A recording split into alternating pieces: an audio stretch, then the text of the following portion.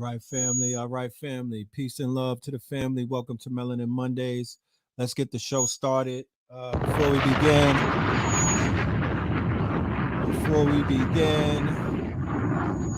gonna let y'all fill in the building. A few words from the sponsors before we begin. Let's pay the bills. A few words from the sponsors. All right, let's get it.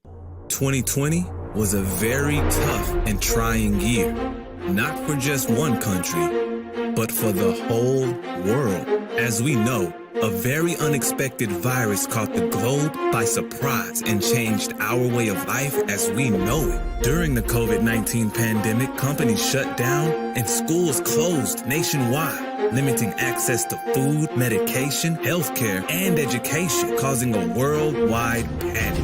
Fast forward to today, with the help of vaccines and advanced medical care, we've come a long way in our battle of ending this pandemic. Unfortunately, the virus mutated, rendering vaccines less effective and kids more vulnerable to this unknown disease. Kids are going to school and catching COVID at alarming rates. Hospital beds are filling up with kids across the country, raising uncertainty for parents and governments everywhere. At Mayat K-12, we took swift action and converted fully into online operations and brought private school to the doorsteps of children nationwide, providing free tutoring and countless hours of help to children, keeping your babies safe in their homes. We pride ourselves as the best private school to care for your children during these very trying times, and we expect another amazing year for our students across the country. Bring your child back to Mayat University because we care, we pay attention, and we love. Mayat K-12. Let's have another amazing year. Click the link below and enroll now.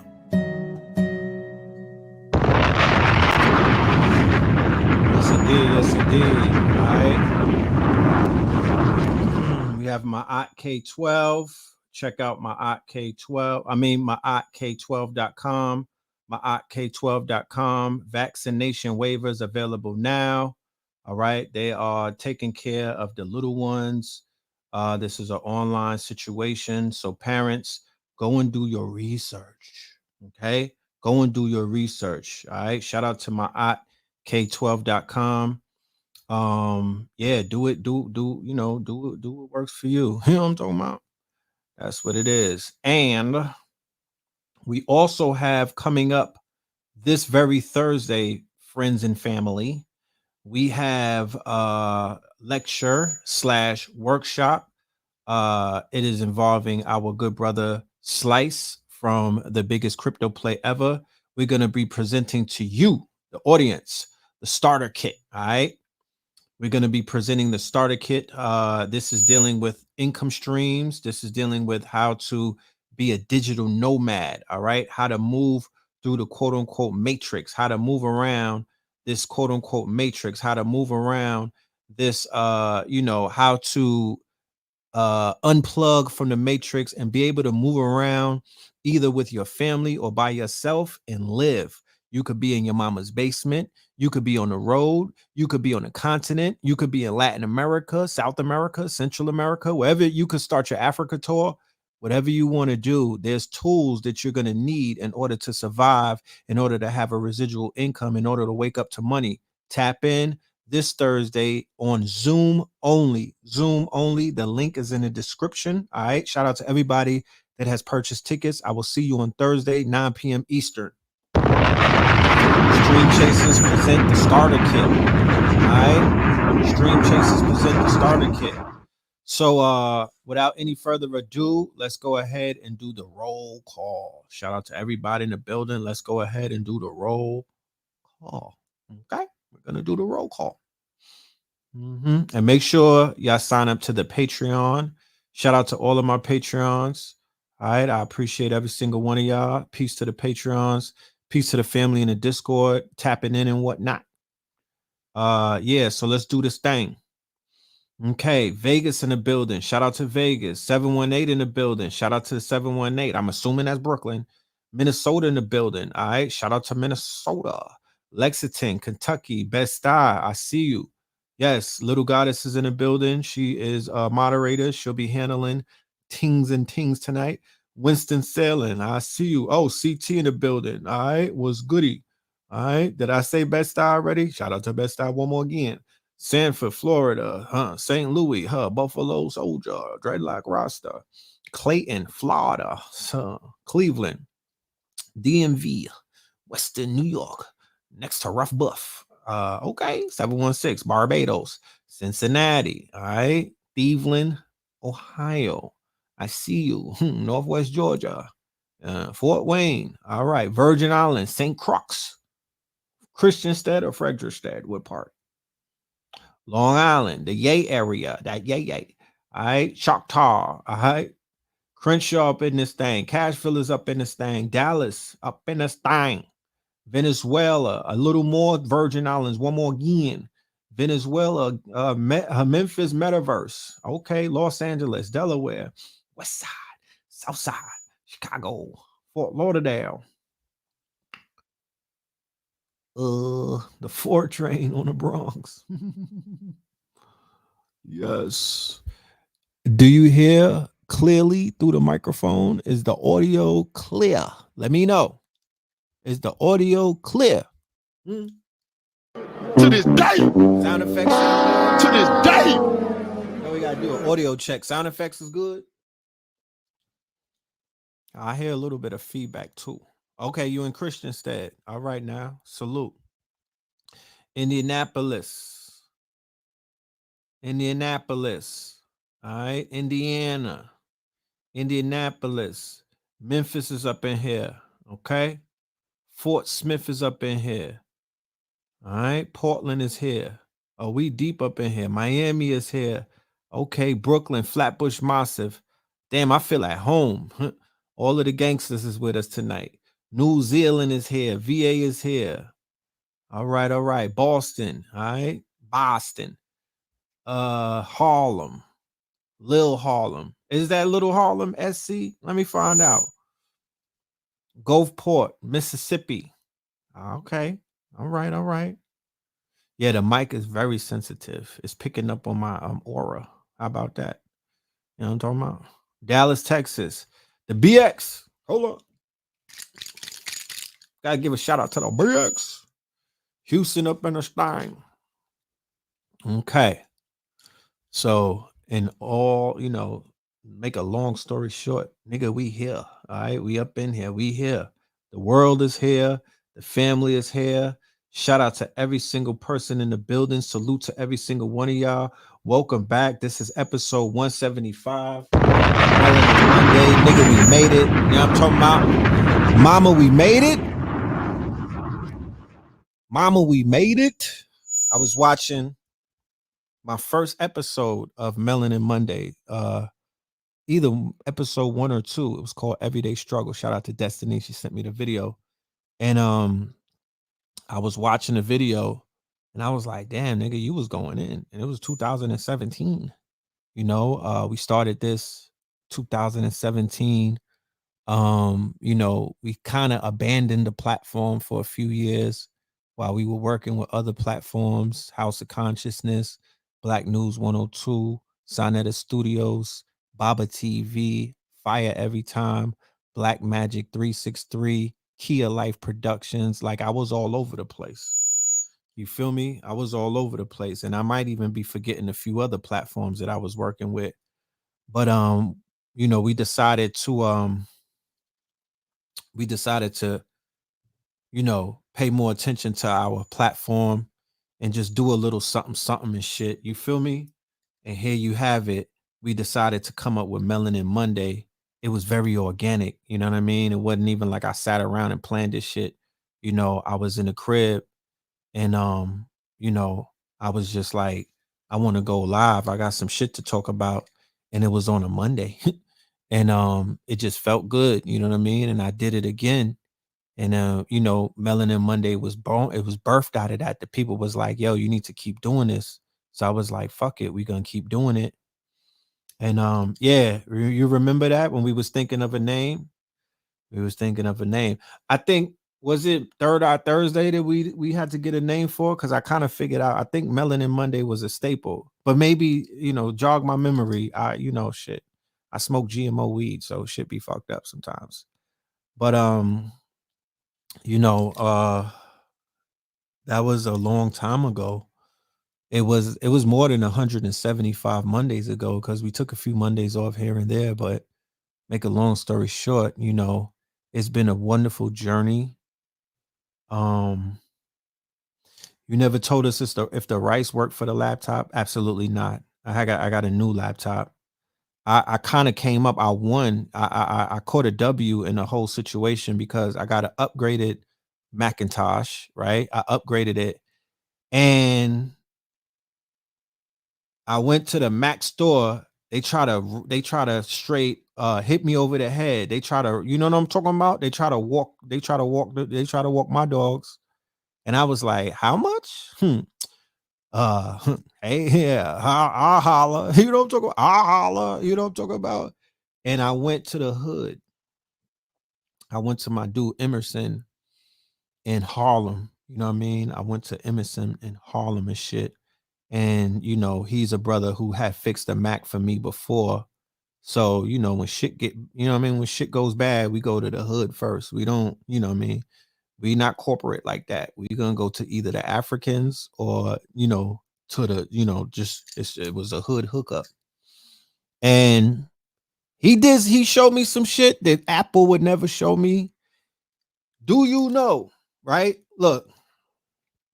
This is a Mac Air right here, right? This computer, this is a MacBook Air, right? You see it says MacBook Air, right? Do you know, right? And I never knew this, right? Because I'm a geek in some ways, but I'm not a geek like that. To whereas I be taking apart computers and shit like that. You know what I'm talking about? But he showed me that this computer, along with other computers, are nothing but a piece of hardware that could fit in my hand, right? He showed me that the motherboard, because when I think about the motherboard, I'm thinking some old humongous type of operation.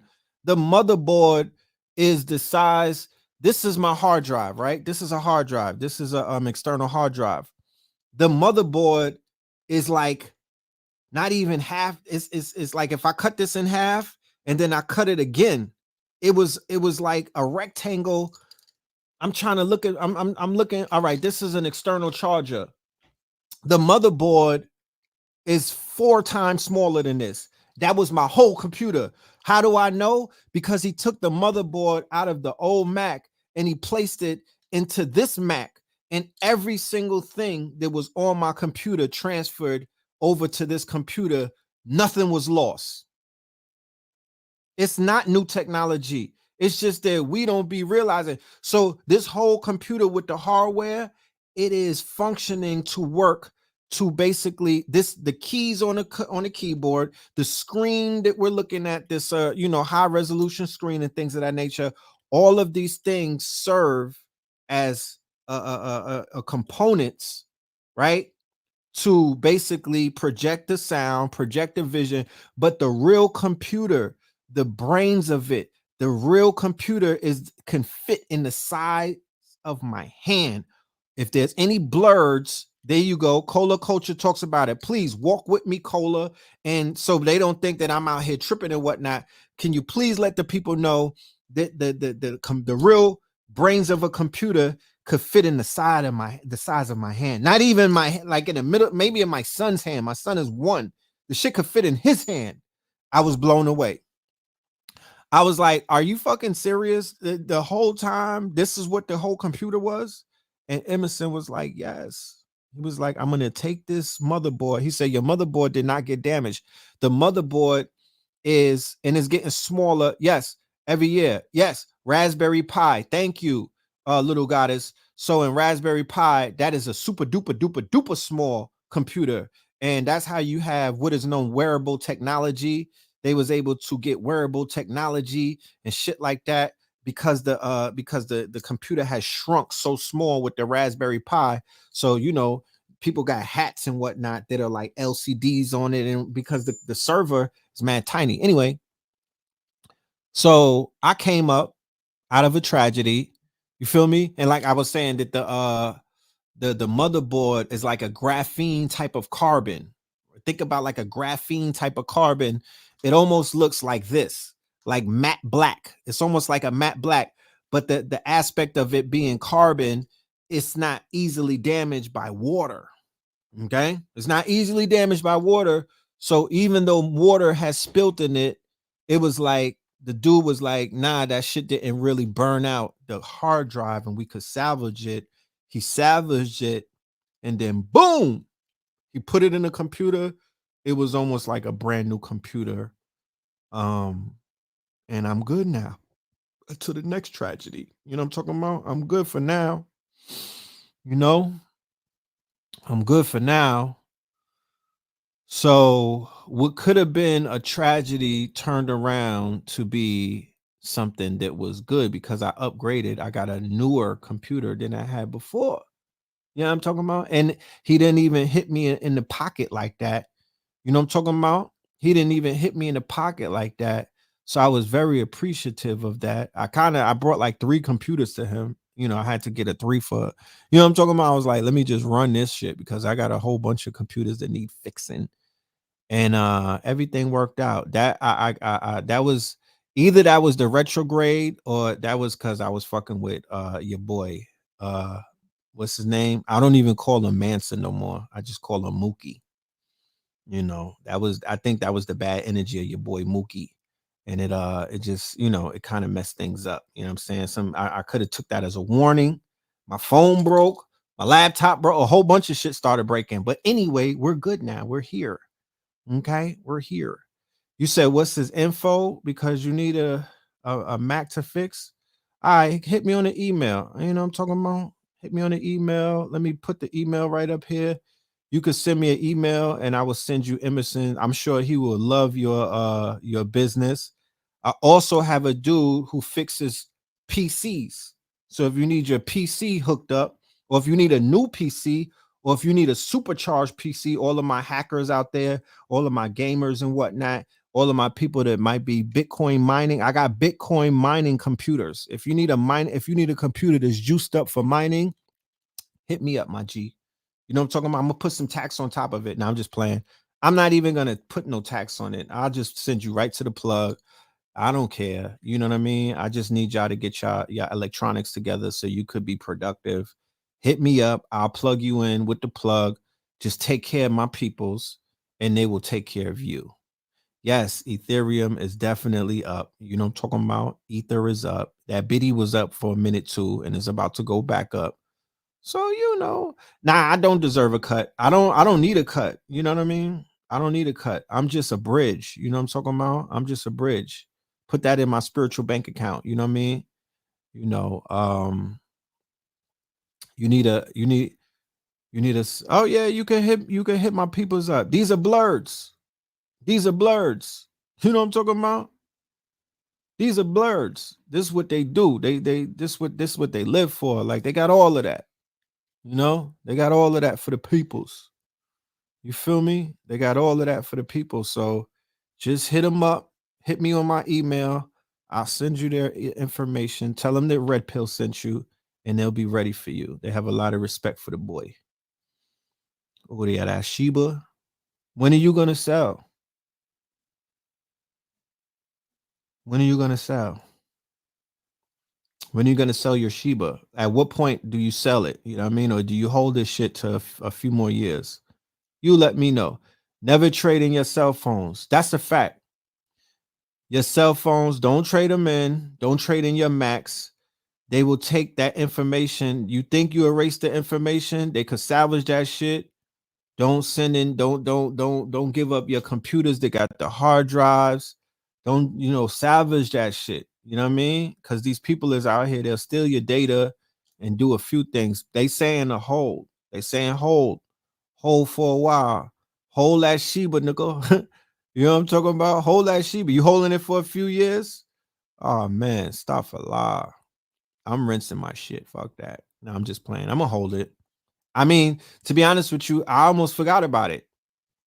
I'll go into the app sometimes and look at it. Like all of my crypto, I literally forgot about it. You know what I mean? Like it's just sitting in wallets. I got like 5 different wallets. You know, I had a scare because I had to switch up my iPhone. And then when I got the new iPhone, none of the whatchamacallit, none of the quote unquote seed phrases, none of my crypto wallets worked because they was like, what's your seed phrase? I'm like, damn, I don't even know, bro. I gotta figure it out because I had that shit packed up and whatnot in boxes. So, I don't know. I don't know. We're gonna try to figure this shit out. You know what I'm talking about? But I'm gonna just let my crypto sit. You know what I mean? I'm gonna just let it mature. You know what I'm talking about? Until I have some parabolic wallets. You feels me? You know what I mean? When you upgraded your phone and think, yeah, man, I was heated. You know, I got the new iPhone. My shit was looking all glossy and whatnot. I was like, yes, I'm lit. You know what I'm talking about? Camera was crispy. And they did the same thing that they did with this computer.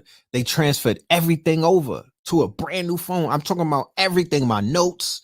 All I had to do was put in my Apple ID and all that shit transferred. But then later on, I'm like, let me go to Coinbase. I got into my Coinbase, but all them other little wallets like Clever, fucking, all of those side wallets, Exodus, I can't get in. I couldn't get in none of them shits. I just gotta find I gotta have a book somewhere with all of that shit in it. You know, somebody said either you're gonna win or you're not in crypto. Not all of them are pump and dump. That's a fact. That's a fact. That's a fackington. You know what I'm saying? This nigga said whole sheep until the fourth quarter of 2023. Ancient homage, what up? Yo, I be wearing this hoodie so much. I be wearing this is like my Batman outfit. When I put this hoodie set on, the nigga feel like a superhero. I'm dead ass. Check this out though. This that good Malcolm X right here. You know what I mean? This is that good drip. I forgot the brother who made this for me. He's out the Bronx. I'm really, really sorry. If you're in the chat, please drop your information because people have been asking about this. This is from an avid listener and whatnot. He came and blessed me on 125 with his daughter. I remember that day. This was a while ago.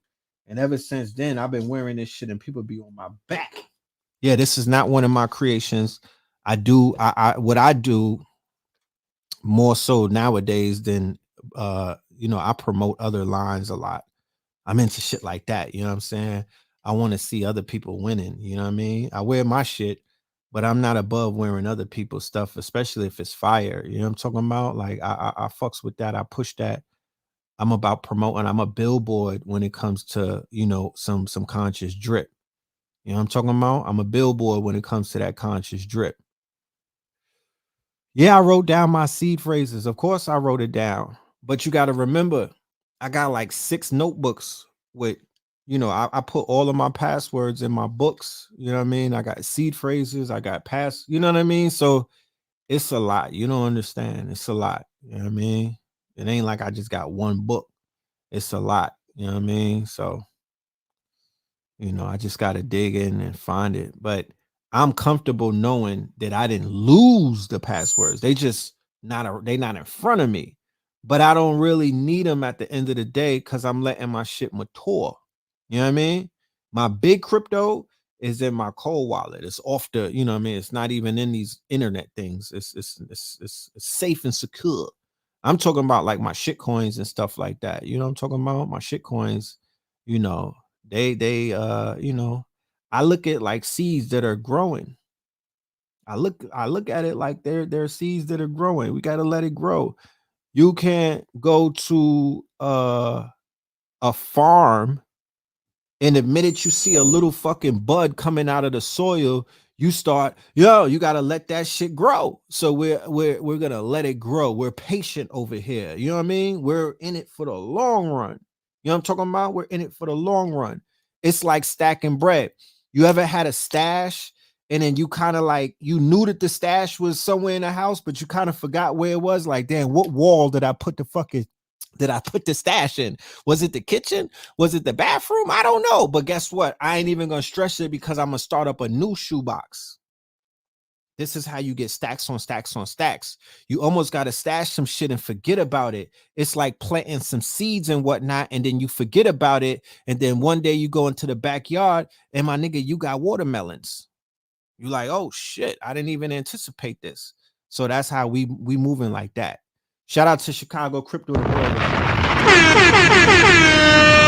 I seen that live today. That was a pay-per-view, my genius. I seen that live today. You know what I'm talking about?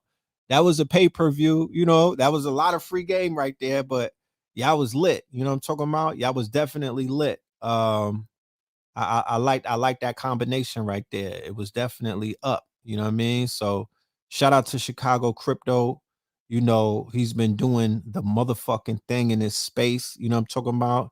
He's that guy when it comes to all things crypto. You know what I'm talking about? Make sure, I don't know if he still has his deal going, but he had a beautiful deal, a super duper deal, almost a motherfucking steal this weekend for his courses and for his workshops and for the things that he's been doing to put people in a position that they probably never been in, right? So I need y'all to take full advantage of that. So make sure if you're not following my good brother Chicago Crypto Hustler, y'all tap in. And to this day, oh wait up, to the end of the month, this day, to the end of the month, to this day, to the end of the month. You know what I'm talking about? Yeah, Red October.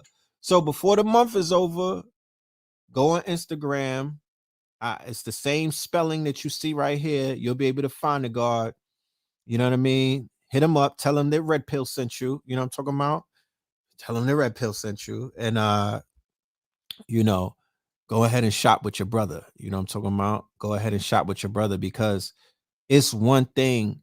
I mean, I promise you, in these days and times, an influx of information about what's going on in the present and in the future, you'll never get enough of that. You know what I'm talking about? The reason why people say that they're inundated with information is because you're mixing that shit up with Fluffington, with a lot of junk, my nigga. You know what I mean? You're worrying about what kind of drugs Wendy Williams is on. You're into the gossip, you're into the tea, you're into the rumors, you're into all of that, and then you're mixing it up with information that's really like life-saving and whatnot. What you should do is trim your motherfucking meals and whatnot. You know what I mean? I try to eat once a day these days. You know what I mean? Intermittent fasting. You want to fast when it comes to the information, and you want to try to be super laser focused, because what you pay attention to expands. So you should be paying attention to the information that you see is helping other people, right? I was watching Kevin Gates on $1 Million a Game last night. Very, very interesting interview, right? Except when he started talking about eating ass, but we'll talk about that in a minute. And he was saying that he had to take a social media diet or a social media break because comparison is the killer of motherfucking joy. I'm gonna say that again. Amen. Don't let me get on my Vicky Diller shit. Stop preaching to you niggas.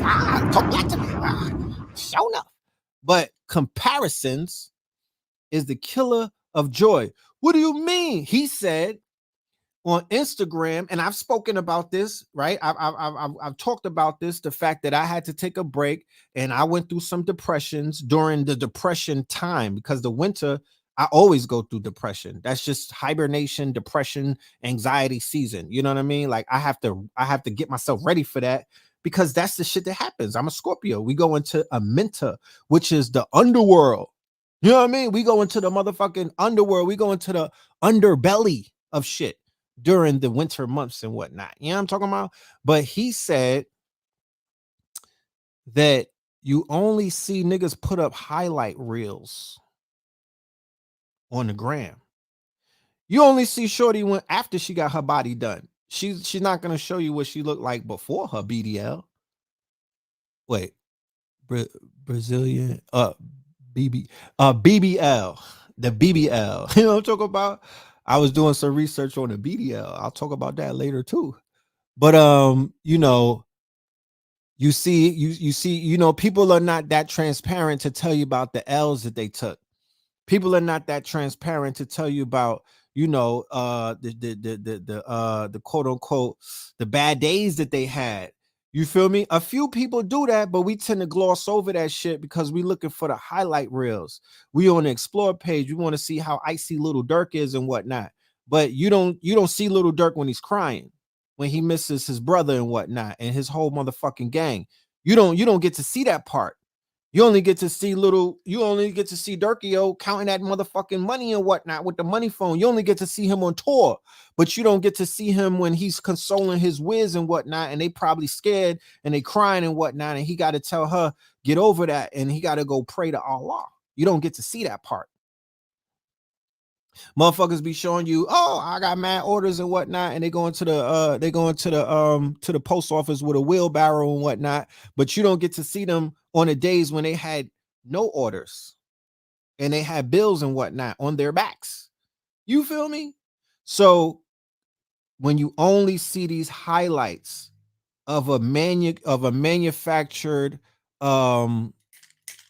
you know, reality that people choose to show you 15 seconds, 30 seconds, 45 seconds. It's a curated experience.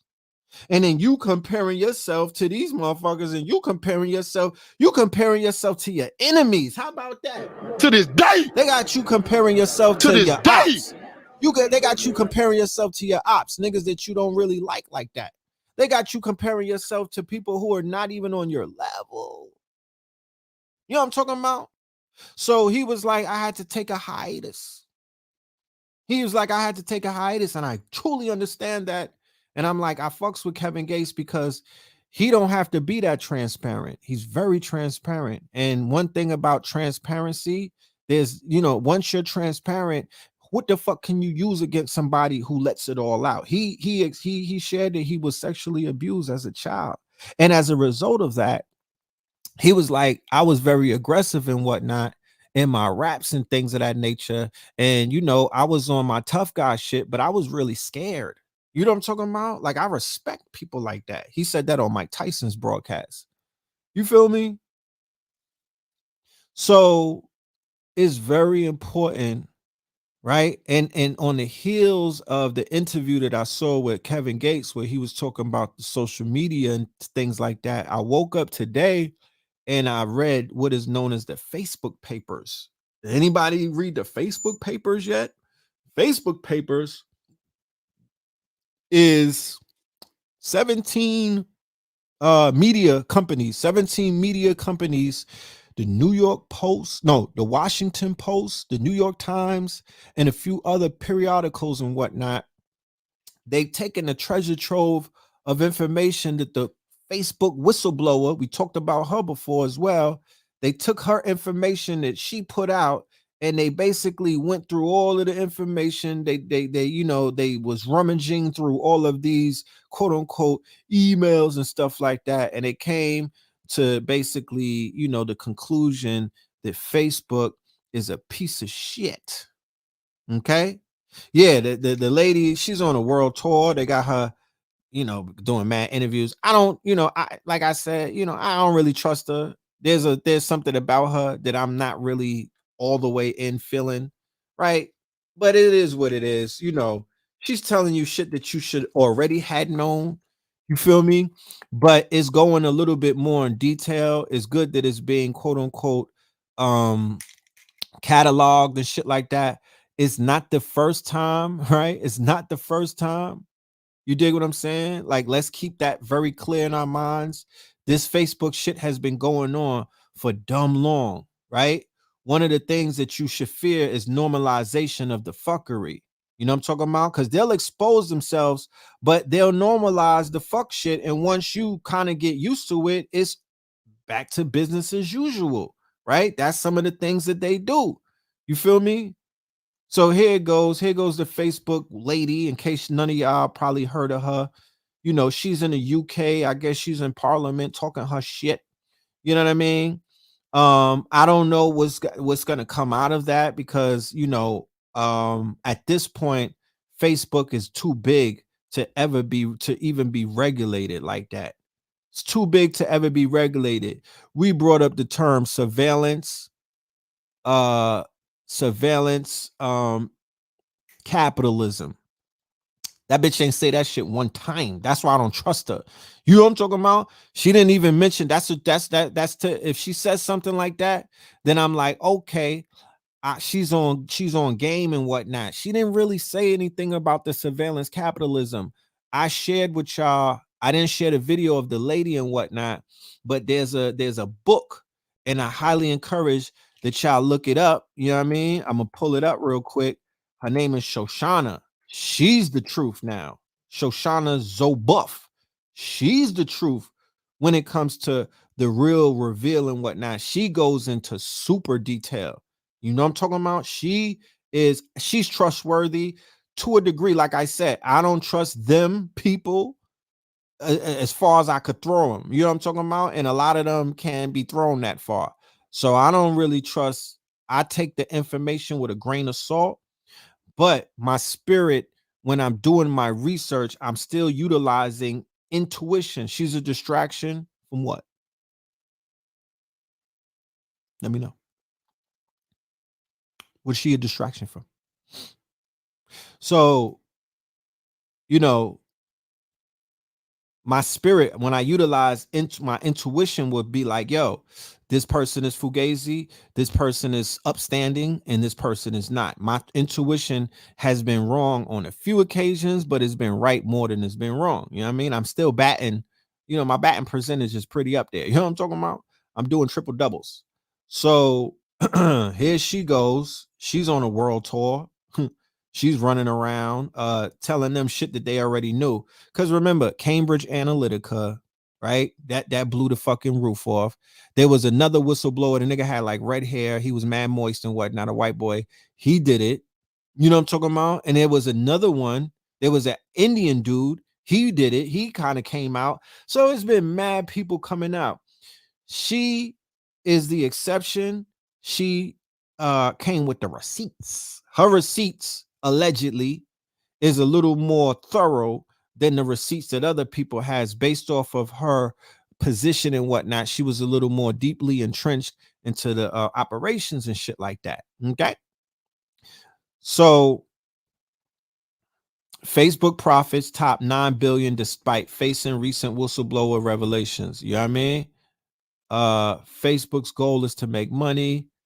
You know what I'm saying? Whoop-de-doo. Tell me something that I fucking didn't know. You know what I mean? Like they're not really saying too much that we don't know. Its goal is to its profit over the. But what they are saying You asked is the- that the algorithm, right? The way that shit is set up with the algorithm and whatnot, it's purposelessly putting people in these quote unquote echo chambers. Facebook knows 10-year-olds are on Instagram and they know it's not safe. Why aren't they protecting young children, including those who are being bullied and those who are obsessed with their body image? Right? Okay, what the fuck is Facebook gonna do? You know what I mean? Like, is there an app to stop 10-year-olds from getting on the goddamn platform? What are you talking about? You know what I mean? You can't blame Instagram or Facebook for young girls comparing themselves to the fucking Kardashians. Like, it's not Facebook's job. And then you got TikTok. So, I mean, it's just then you got Snapchat. You know what I mean? Then you got Bigo. It's a whole bunch of shit. So I'm not really falling for that. Yeah, here it goes. The age of surveillance capitalism, the fight for a human future, going by the book. Please, going by the book. Sharpen your motherfucking sword. She's giving it up. Okay. Shoshana Zobuff. I believe she's from Tel Aviv. You know what I'm talking about? What about the food shortage going on? What about it? What about it? Are you getting your food up? You know what I'm talking about? Are you getting your food up? There's been food shortages for a whole bunch of the years. Like, you got to get your food up. Do you know any black farmers? Do you know any black farmers? This is $1 trillion company that we're talking about with Facebook. $1 trillion, not $1 billion, $1 trillion company. Okay. $1 trillion company. So I don't really know where this is going or what it's supposed to actually be doing. You know what I'm saying?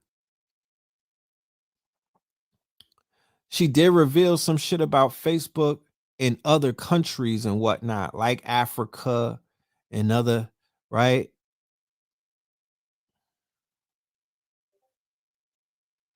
So somebody is saying Facebook whistleblower Frances Hugan made a bunch of money on cryptocurrencies and now lives in Puerto Rico with her crypto friends, where residents enjoy a very generous exemption from capital gain taxes, right? You know the thing about Puerto Rico and crypto. That's a good place to go to, sit on your crypto and enjoy your motherfucking your windfall and whatnot and not get taxed up. Okay. I don't know if you knew that.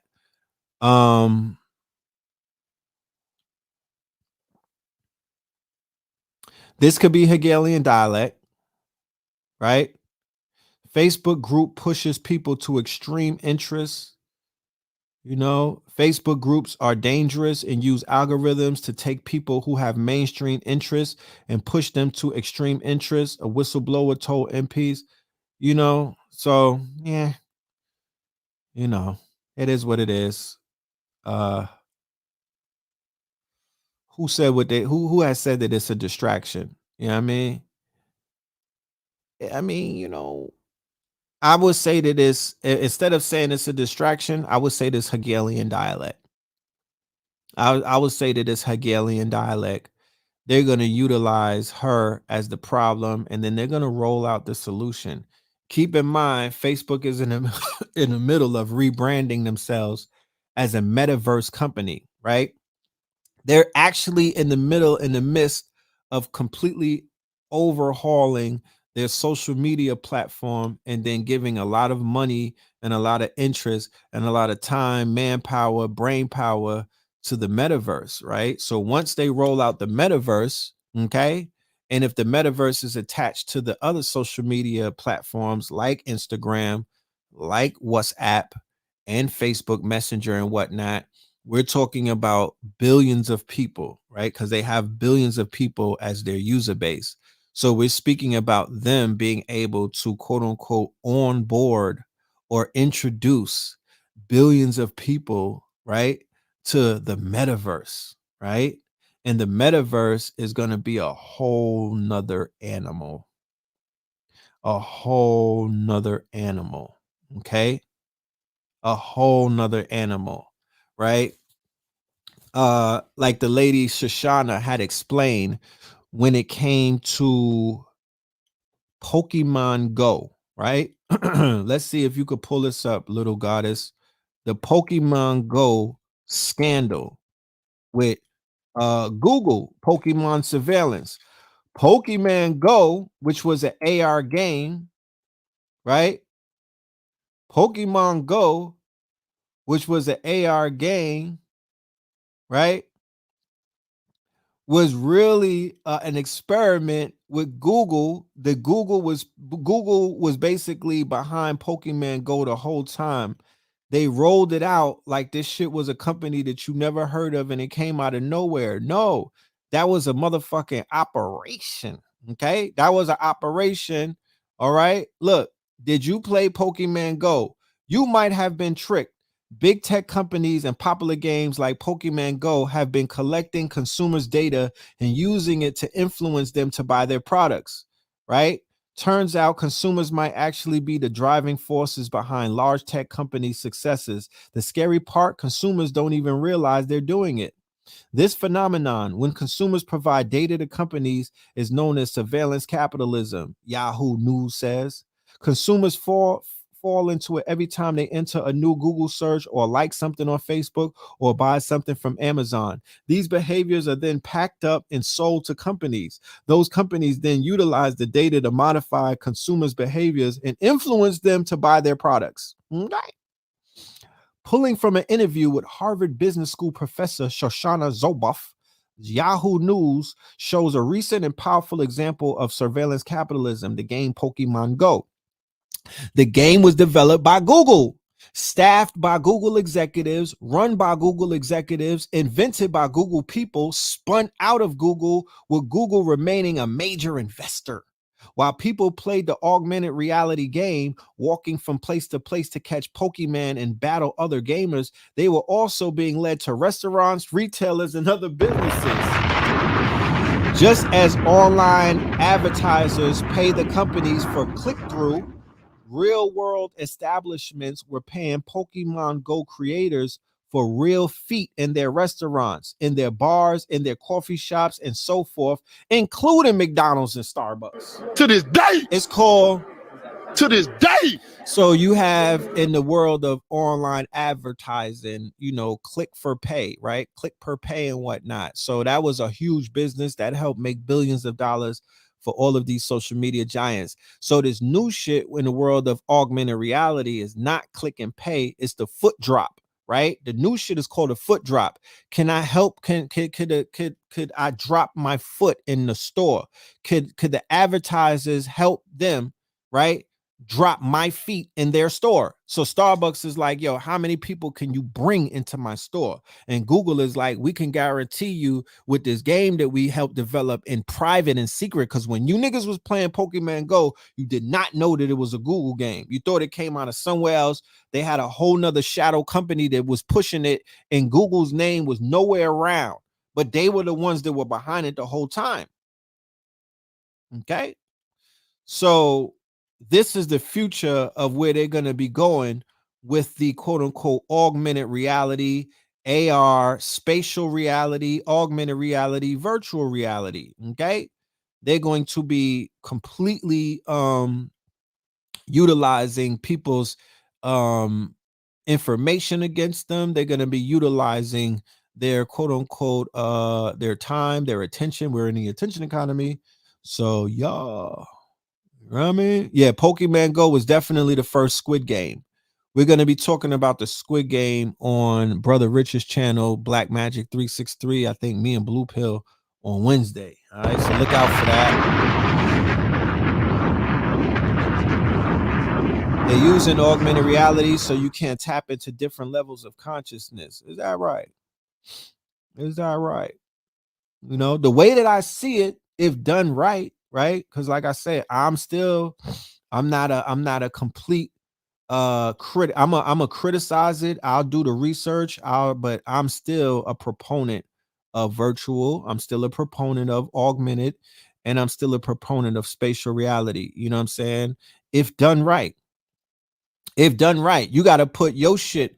You know what I mean? You have to be the one, we have to become the coders. We have to be the developers. We have to be the programmers. I'm not going to spend my whole existence sitting behind this motherfucking camera in front of this mic telling you what white people are doing to us. That's corny to me. You know what I mean? I get nothing from that.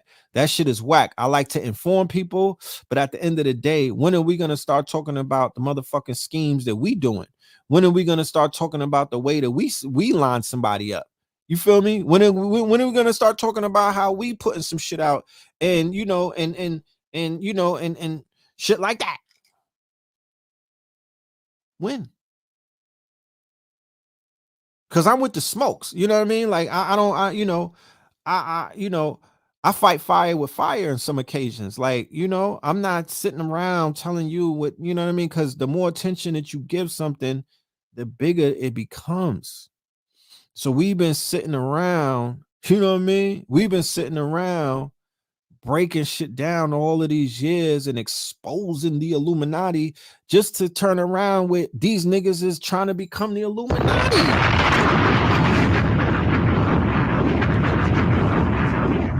We spend a lot of time trying to expose secret societies and all of the strange things that they do, tying niggas up, sex parties, orgies, only to turn around. And this is where the thoughts is, and these weird niggas are at right now. They touching their toes. They're in those sex parties. They're letting white people walk them on leashes and whatnot. And these niggas will do something strange for a piece of change to be in the Illuminati. They found that shit exciting. Little Nas X niggas. Little Nas X ass niggas. You know what I'm saying? So the more that we try to expose it, it became like, it was something that these niggas was like, I want to try that.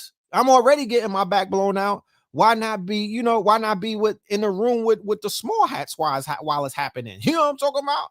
Like, it kind of enticed these niggas. You know what I'm saying? And then these shorties and whatnot, they sugar daddies are the same people we was exposing. They're sugar daddies, right? White zaddy. Everybody's on the islands these days. Everybody's in Greece. You know what I mean? Everybody's in Turkey. You know what I'm talking about? Everybody's in Dubai. Who the fuck is taking those pictures? Huh, Ma? Who's taking those pictures? It ain't. I highly doubt that it's a nigga taking that picture. I highly doubt that you brought Ray Ray to fucking Dubai with you. You know what I'm talking about? Like, who's taking the pictures? You know what I mean? They're in Tel Aviv. You know what I'm saying? They're in fucking Turkestan. Like, what's going on? What the fuck is going on? You know what I mean? Like, all of the shit that we've been teaching is not doing nothing. It's not doing nothing. Nobody is getting, you know what I mean? Nobody is drilling the ops. Nobody is running down on a 13th bloodline. You know what I mean? Nobody is putting in no twerk. So I'm kind of like disenchanted when it comes to shit like that. I'm you know, I'm Pinky in the brain. I'm on Pinky in the brain time. I'm on demon time. Like, fuck that. When are we gonna, you know what I'm saying? When are we gonna turn some tables over? Because this shit get boring. You know? Men are going to Dubai too. Like I said, you know, I heard they got a thing for little boys in Dubai. You know what I mean? You know, shit. You know what I'm talking about? You know, it's whoever flew you out. You know what I mean? Whoever sent that flight ticket, niggas is going. You know what I'm talking about? Shorties is going with their hairdresser. He's getting hooked up, and so is she. You know what I mean? It's a 2-for-1 these days. You know what I mean? It's a 2-for-1. So, you know, we got to take better approaches to even revealing shit. We got to take a better approach to even exposing things, because I promise you 10 years ago, some of the things that we were exposing and talking about, I would lose the house, because I would have bet the house that I would not think that I would see the shit that I'm seeing these days, where people have decided to lay down with the same people who we were trying to expose. You know what I'm talking about?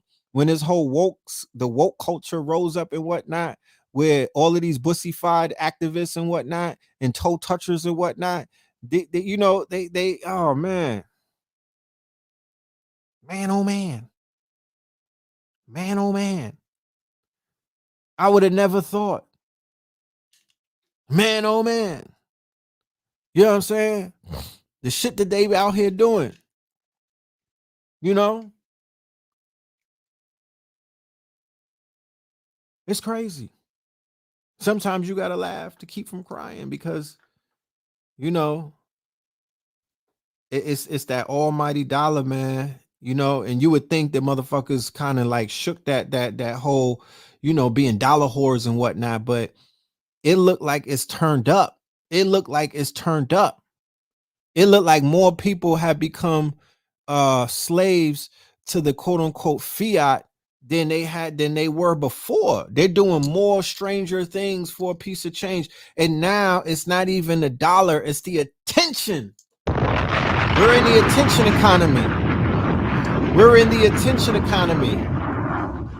They know how to monetize attention now, right? The streaming platforms, they get money based off of the time that you watch their quote unquote shows, not your subscriptions. That's really not what's driving the motherfucking thing. It's your attention. They've monetized your attention. YouTube is cutting niggas peanuts. The checks that they be like 000. It might as well be a motherfucking Shiba new coin. You know what I mean? They might as well be giving you niggas XRP, because YouTube is paying niggas 0.0000001 cent. That was the first time I saw that shit prior to crypto. I didn't understand it. I'm like, is this a penny or is it not? They're giving niggas 0.0000001 cent. Or one. You know, it's not even a fucking penny. It's a long way to a penny, my nigga.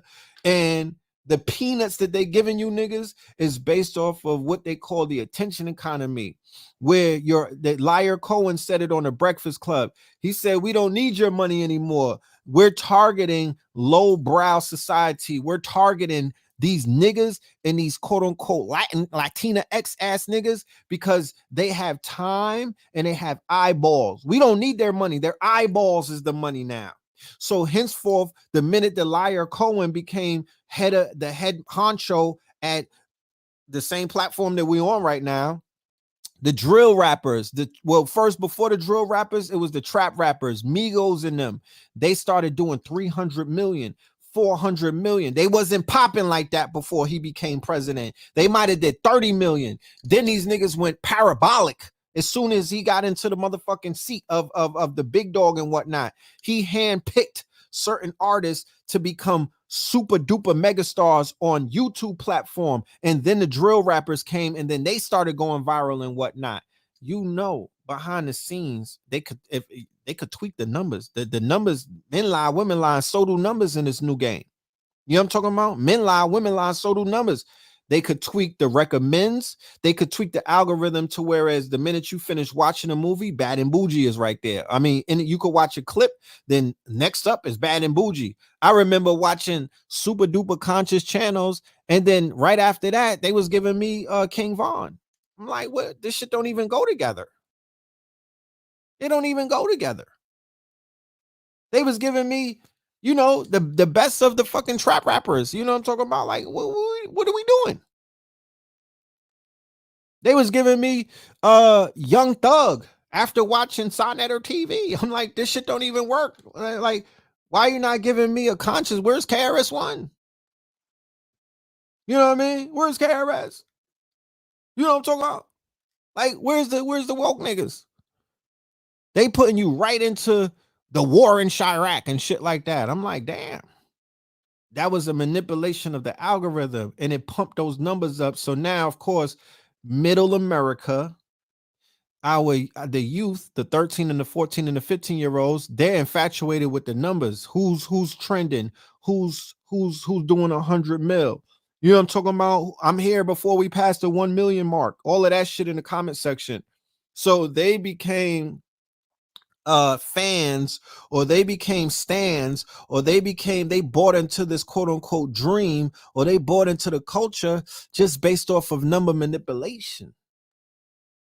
Right? Of course, when he came in, and that's when they started demonetizing the conscious channels. That's when they started dropping the algorithm, because prior to him coming in, consciousness was running YouTube. To this day. To this day. I don't know if y'all was there.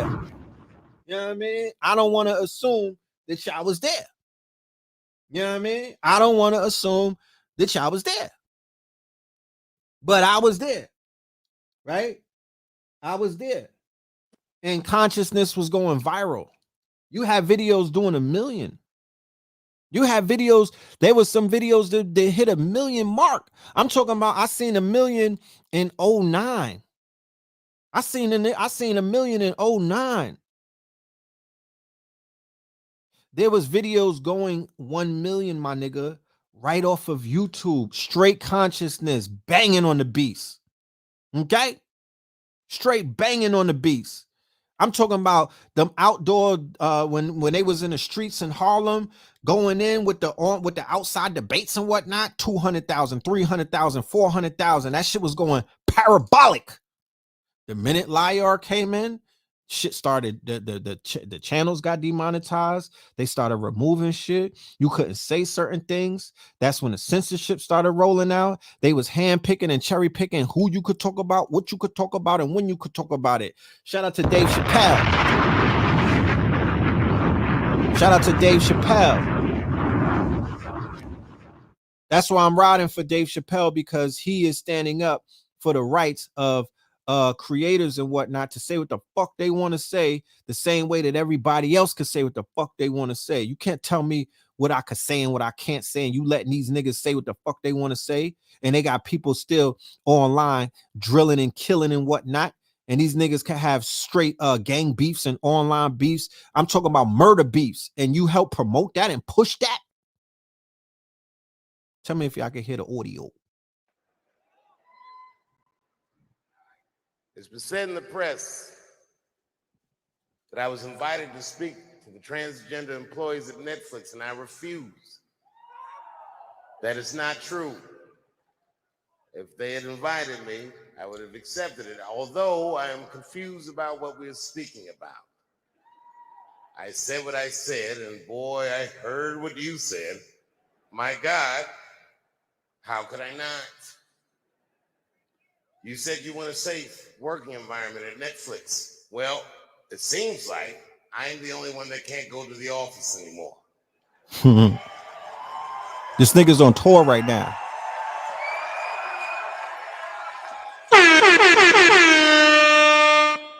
I want everyone in this audience to know that even though the media frames it that it's me versus that community, that is not what it is. Do not blame the LGBTQ community for any of this shit. This has nothing to do with them. It's about corporate interests and what I can say and what I cannot say.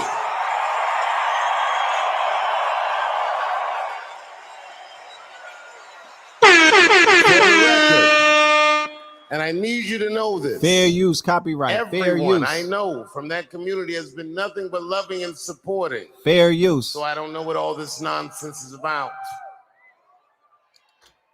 In summer 2020, when the whole world shut down, I was outside doing shows. My neighbor had a cornfield, and he let me throw shows there, and people came from all over the country. Some people came from around the world to see those shows. The best comedians on earth came to my home and broke bread with me, and we lived our lives. We found a way to keep moving forward. I made a whole documentary about it. The first night of those shows was a piece that some of you might have seen. It was called 846, and it dealt with the death, the murder of George Floyd. That's right.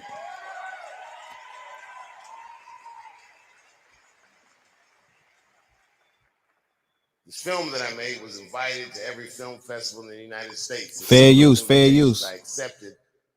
And when this controversy came out about the closer, they began disinviting me from these film festivals. And now, today, not a film company, not a movie studio, not a film festival, nobody will touch this film. Thank God for Ted Sarandos and Netflix. He's the only one that didn't cancel me yet.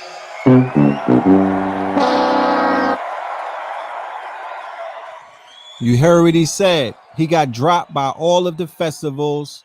They will not touch his new documentary. To the transgender community, I am more than willing to give you an audience, but you will not summon me. I am not bending to anybody's demands. To this day! To this day!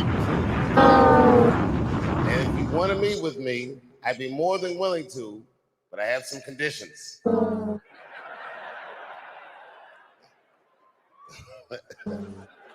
First of all, you cannot come if you have not watched my special from beginning to end.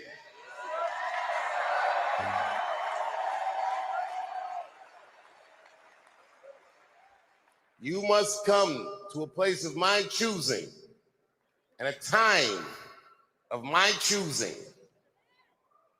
And thirdly, you must admit that Hannah Gatsby is not funny.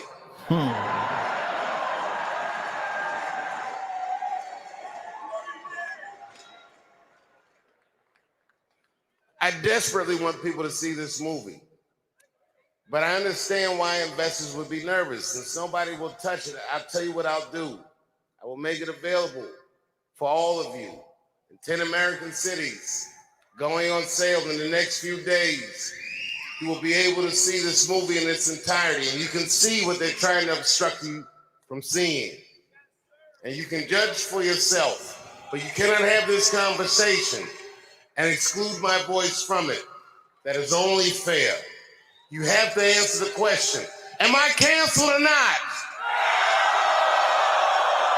Then let's go. Thank you very much. Yo, Dave is a genius. Look, Dave got a whole documentary. Look, he going city to city with a documentary, right? In the middle of controversy where he's supposed to have been canceled. He's like, fuck that. I'm taking full advantage, right? And he's milking that shit like he should.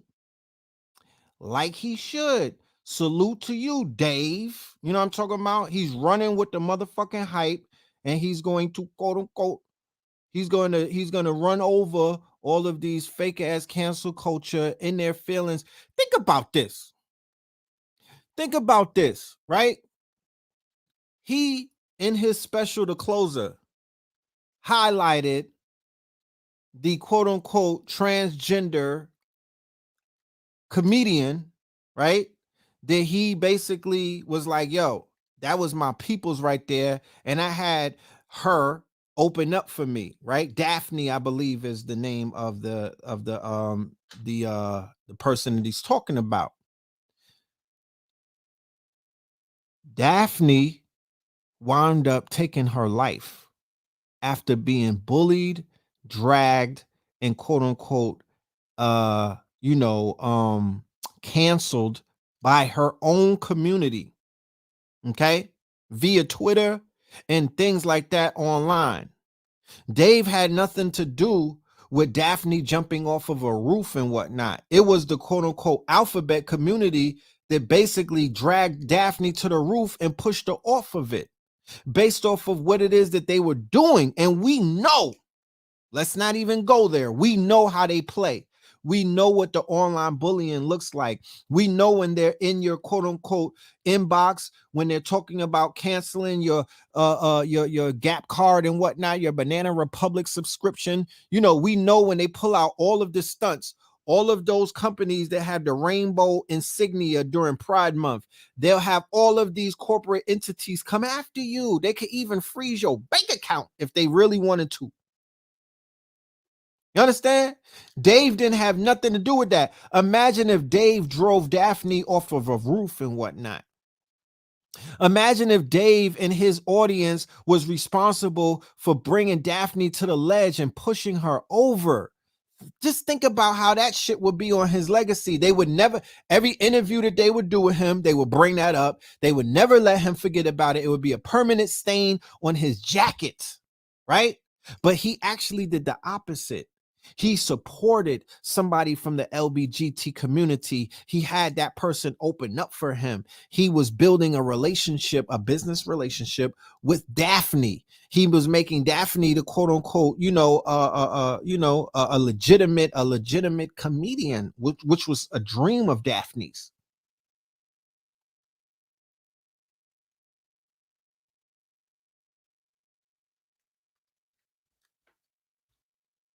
Nobody wants to have that conversation. Nobody wants to have that conversation. Okay, let's talk about the hypocrisy that takes place on levels that that nobody is willing to, I'm talking about, that nobody is really willing to admit, right? Let's talk about the organizer of the walkout and how this person is a completely a very toxic person who puts out racist tweets, right? So it's like, oh my goodness, my feelings are hurt. Oh my goodness, my feelings are hurt. You guys are so mean and whatnot. But it comes to find out that none of you, that you motherfuckers are not, you know what I mean? Stop acting like y'all are some Gandhi, you know what I mean? Meditated, you know what I'm saying? Some yoga, you know what I mean? Like, no, we're not doing that. We're not doing that. We're going to keep it 100. You know what I'm saying? We're going to keep it 100. We know that y'all play dirty. It's called hiding your hand. You throw rocks and hide your hand. You throw rocks and hide your hand. This is something we know. But niggas is too scared to admit it. I don't know. Maybe because you niggas work at the Gap and you can't really say nothing online. They got you by the balls. They got you by the balls. But somebody got to say it. Somebody got to say it. You know? So let's talk about the activists behind, you know, the walkout and whatnot. And they're supposed to walk out and cause a big ruckus. They're supposed to cause a big ruckus, right? But that shit didn't do nothing. The activist behind Netflix walkout over a transphobic comedy special has made bigoted tweets against Asians and guess what? Homosexuals in the past. What the fuck?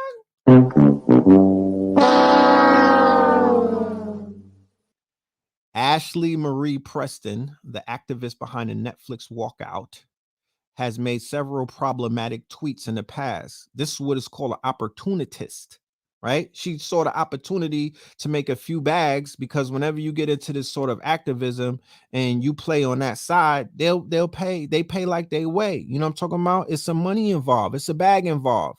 You're gonna get dust. You're gonna get invited to all of Elton John shit. You know what I'm talking about? You're gonna get Lady Gaga tickets. You know, and you'll be, you'll be, you know what I'm saying, you'll be considered for a lot of shit that they got coming up, BET specials and all of that. Anyway, Ashley Marie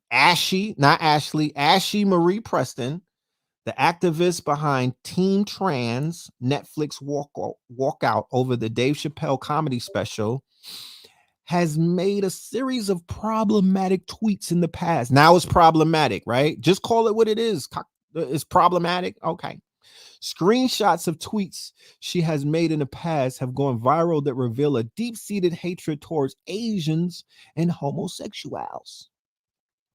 Matt, who is a documentary filmmaker and journalist, according to his Twitter profile, shared screenshots of her tweets where she could be seen expressing a desire to commit violence against homosexuals. She said in September 2018, bro, I beat the dog shit out of you, furry slipper wearing ass fuck boy. IRL, I smash your effing head in like a can of A&W root beer, but I'm gonna fall back and let you keep pretending for the internet. D Rider, right? I could just hear it. She sounds like she has mad Newports on her breath. You know what I'm talking about? And she just says all kind of crazy shit. She's just talking out of her neck. A series of tweets also shows bigotry towards the Asians, not the Asians, the Asians. In one tweet, she claimed that she has broken her phone on the head of an Asian woman. Oh my goodness, stop the Asian violence. I think she was the one that set up. She probably is the head leader of the Asian on the black on Asian violence. You know what I'm talking about? She set it off with the broken phone. The tweets are littered with abuses of the worst kind. Did you see them make a big deal about this? Did the mainstream Don Lemonhead and all of these that you know what I'm saying? Did Chris Fomo report about this? I don't think so. Did they talk about this on The View? I don't watch it. Let me know. Asian hoes act like they won't get karate chopped they motherfucking throat. What is this hoe staring at? Mind your beeswax. Latino and Asian businesses need to stop being rude and effing disrespectful. And I know it's a lot to ask in California, but speak effing English too.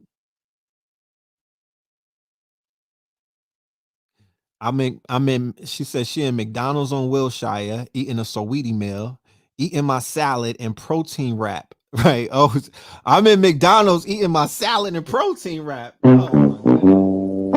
She's focused. Yeah, she's focused. This Asian nigga keep looking at me. So she's clearly with the shits, you know what I mean? She's got a lot of Compton tendencies and whatnot. So, you know, we just seeing the hypocrisy, you know what I mean? This is on a smaller scale, but it's this, yeah, she's definitely hard body, you know what I mean? She's definitely hard body, and she's 400 lbs.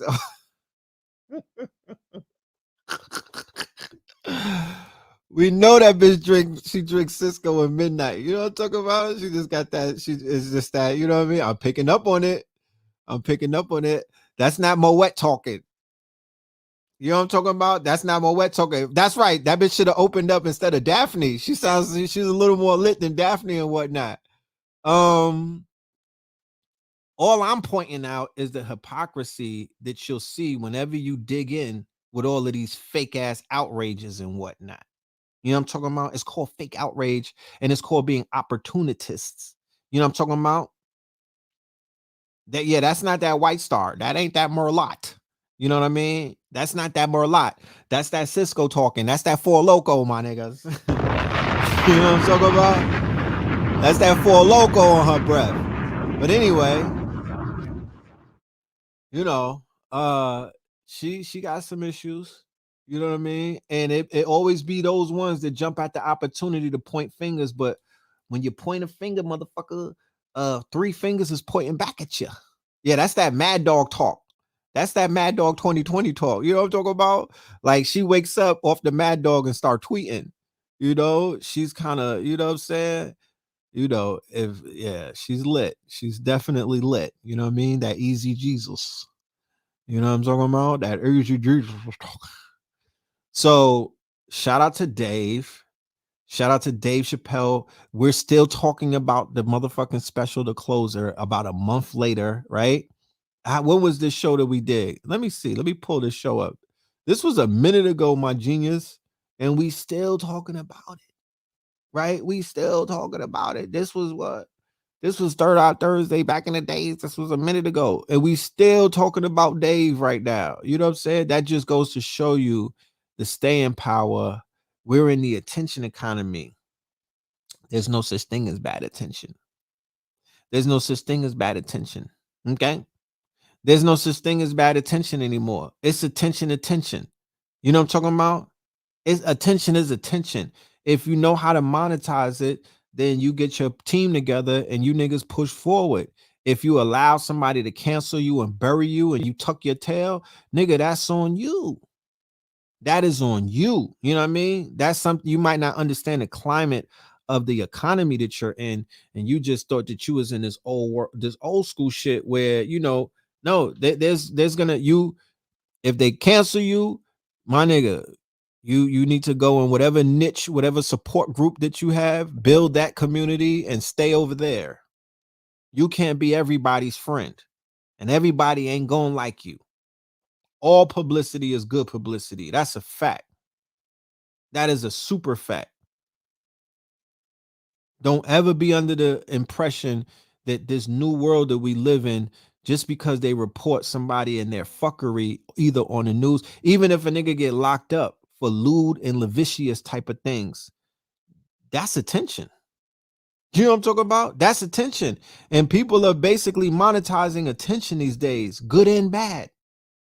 So Dave is pushing in the right direction. This nigga is on tour as we speak. As you saw, he was on a stage. This was from yesterday. This nigga's on tour, and he's pushing the documentary, and the tickets is $150 and up. Come on now.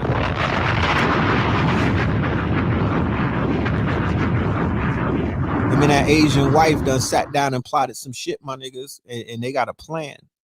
They got a plan, because remember, at the end of The Closer, he was like, yeah, I ain't doing stand-up for no more. You know, I'm a relax. Nigga, he was just at stand-up.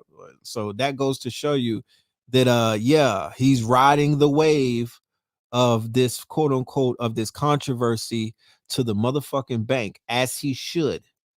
Instead of sitting around doing little boozy tweets against that community and whatnot, he's taking a better way, and he's just going, he's creating more material, right? He's using it to create more material, and then he's going to take the quote unquote, he's going to use all of that to push his supporters to go and see him live, and niggas are pulling up. Remember, Dave Chappelle is the Live Nation for woke niggas. you don't hear me though. Do you remember Dave Chappelle's block party? Dave Chappelle was giving these tree hugging niggas a motherfucking stage to stand on when niggas was completely not paying attention to Common, Mos Def, Talib Kweli. This nigga is Live Nation for woke niggas. He did the Dave Chappelle Radio City Music Hall shit. He was the nigga who had Kanye popping when Kanye wasn't sure of himself. You dig what I'm saying? He's always been behind the woke niggas. He's always been on that side. So so when I see his comedy and when I see what he represents, and when I'm seeing what he's standing on, I'm like, well, goddamn it, what you think he gonna stand on? You know what I'm talking? This woke Jesus. You know what I'm talking about? Not Hotep Jesus. This nigga's woke Jesus. The Roots. He was pushing the Roots before they had got signed to what was that? What was it, Jimmy Kimmel? Boot Camp. I mean, he's the Live Nation. Who else is bringing them out on stage like that? Who else is creating venues for these niggas to rock and to introduce them to a whole new crowd? Dead Presidents, Roots, John Legend, Common, Talib Kweli, Black Star. He had them niggas lit. Erica Badu. You know what I mean? Badu. He was behind all of that. I'm not saying that he didn't get them signed. They was already signed. Yeah, the whole Ruckus out, the whole fucking Ruckus roster. He was promoting them when he was lit. Remember Dave Chappelle Block Party? The shit that he did in Bed-Stuy? Oh man, that was a movie. You know what I'm talking about? That was a movie. That was it. Make sure y'all sign up to the Discord. Make sure y'all hit the like button. Make sure y'all subscribe. And make sure y'all hit the motherfucking Cash App. Talk black. What are we doing? What are we doing? What are we doing? What are we doing? Dead Prez was the intro for the Chappelle Show. Were they? J. Cole was a student in the audience. Huh? You feel me? Huh? I wish that I was there. I was tight that I didn't make it there. It's a lot of good info in the Discord. Y'all need to pull up. All of my Patreons, I connected the Discord to the Patreon. I'm trying to figure out, I don't know if it worked or not, but we're still behind the scenes tweaking everything. But all of the Patreons is coming over to Discord. We're going to be one big happy family and whatnot. We've been over there turning up, having audio rooms, doing a lot of things. Shout out to everybody in the Discord, all of my moderators. Little Goddess is lit over there. You know what I'm talking about? The Hootie, everybody. You feel me? I appreciate y'all. And yeah, let's keep turning up and let's keep disseminating information and building a community. We're really building over there. Shout out to everybody who's ready for this Conscious Connections. We in Scorpio season. I told y'all. Scorpio season, Scorpio season, you know what I mean? It's here. You know what I'm saying? The way that the fucking time is flying so fast, I need to hurry up and jump on this shit and help launch this Conscious Connections e-dating site. So, people could make some love connections. You know what I'm talking about? We could make some love connections. Invite me to the baby shower. You know what I'm talking about? I'll pull up. Invite me to the baby shower. You know what I mean? I will pull up. I like baby showers. You know what I'm talking about? I do like baby showers. I had, for my son, Amir, I think we had 2,000 people at the baby shower. This shit was lit. It was like a fucking party. We was in the hood too. We was in like a community center. You know what I mean? We had mad people, and most of it was his mama's. You know what I'm saying? She was like a hood celebrity. But I like that, we're gonna get people, we're gonna get people to meet each other, get all of this awkwardness out of the air, because niggas surely be awkward out here in these streets. So we're gonna deal with that. We're gonna try to iron that out. We're gonna get to the bottom of that, you know what I mean? And we'll send you to Tulum with your bae. You know what I'm talking about? We might even have a giveaway, a Tulum trip or something. You know what I mean? Send y'all to St. Croix and shit. I don't know. We're gonna figure it out. I don't know why he scrubbed it. You got to ask him. His birthday is coming up. You know what I'm talking about? He might be, I'm about to scrub my Instagram as well in a minute. I need an app to do it though. I can't be going through. I got like thousands of posts, but it's time to scrub. It's time to just, niggas need rebranding. You know what I mean? Like I said, this is the attention economy. You feel me? When I start wearing my suits and I get my iPhone 13 and, my pictures start being clearer and whatnot, I'm going to have to scrub my site and take all of that shit off of it, all of them blurry pictures and whatnot, and start anew. So I understand, it's marketing. A white folk just got killed in Tulum. Yeah, I don't even know why white people are in Tulum. You know what I mean? That's definitely not for them. No conscious catfishing. Yeah, we not.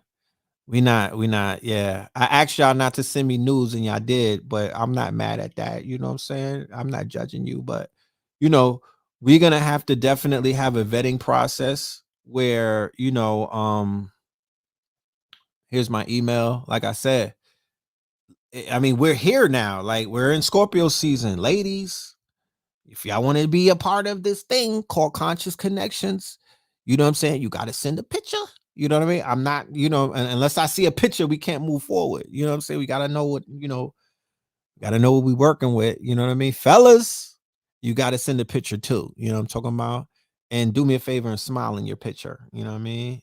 Do me a favor and smile. We got to see what the furniture is looking like because ladies got a thing about teeth. You know what I mean? Don't judge me. It's not me. It's the ladies. They got a thing about teeth. So, smile. Let me know how many root canals you got. Yeah, but no nudes. No nudes. We're not taking it that far. You know what I mean? This is not OnlyFans. I gave up on that life. You know what I'm saying? I'm taking. We're not doing OnlyFans, but we are hooking people up. We're going to have it to whereas we'll have a goddess, an empress. Well, like I said, first we're going to have a panel. Before we jump into all of that, we're going to have a panel. We might even have people who are in relationships already as a part of the panel. Okay. What kind of picture? Is it just a face shot? Give me a face and body. I got caught out there back in the days on Instagram with only those shots where it's just the neck up. And then I went on a date and I was like, damn, no wonder it was just the neck up. So we should do, keep it classy. You know what I'm saying? We conscious, aren't we? You know what I mean? We're not knuckle draggers. So don't be shy. You know what I'm talking about? Don't be shy. Like Kevin Gates was talking about the big girls and whatnot. We love our big girls over here. We pro BBW. You know what I'm talking about? We not out here body shaming, body morphia, whatever they call that. Body dysmorphia. Nah, we not on that. You know what I'm talking about? Everybody's beautiful.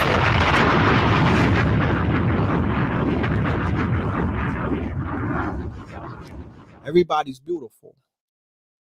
Yeah, four photo minimum. We're not doing a photo shoot. I don't want your whole photo album. You know what I'm talking about? I don't want your photo album. No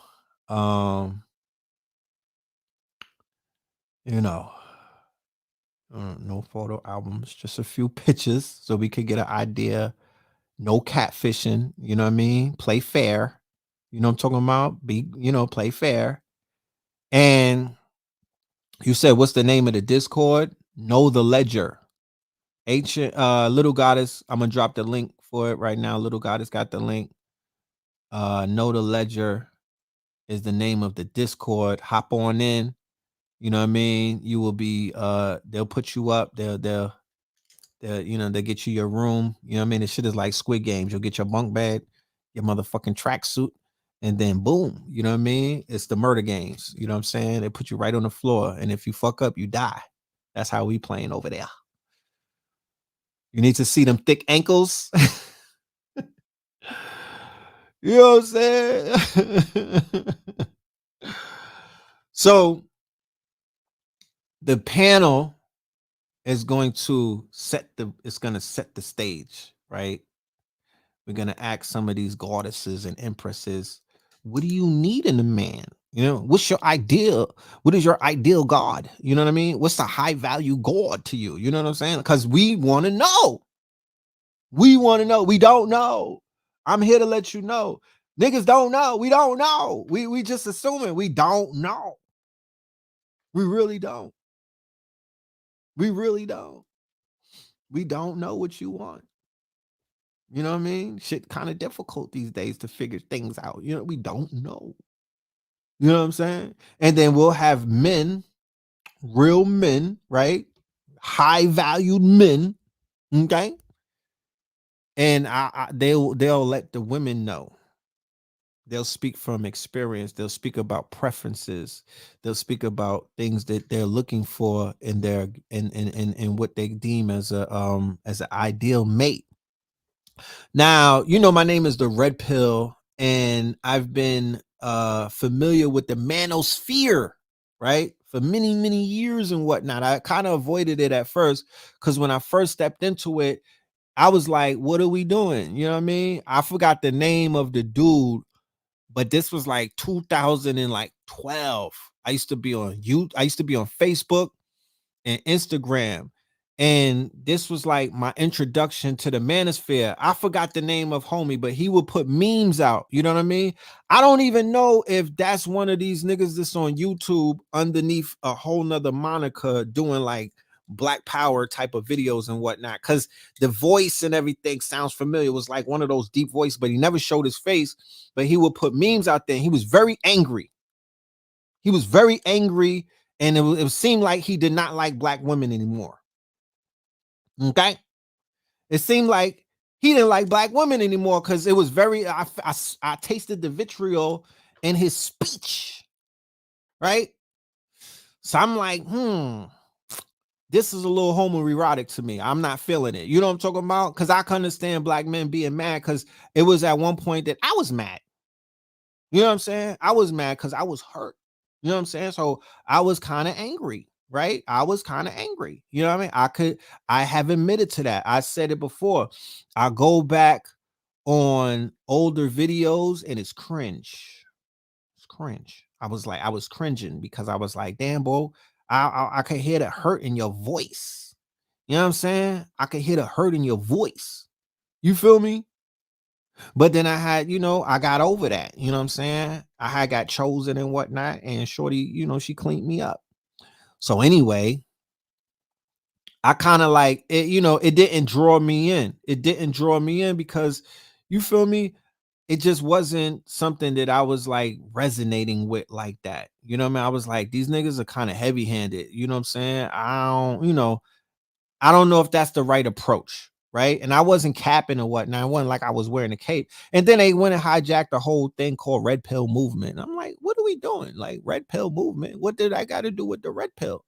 You know what I'm talking about? So I was kind of offended and shit. I'm like, niggas done hijack my name. And, it's in these men going their own way. And I'm like, what way? Like, where are they going?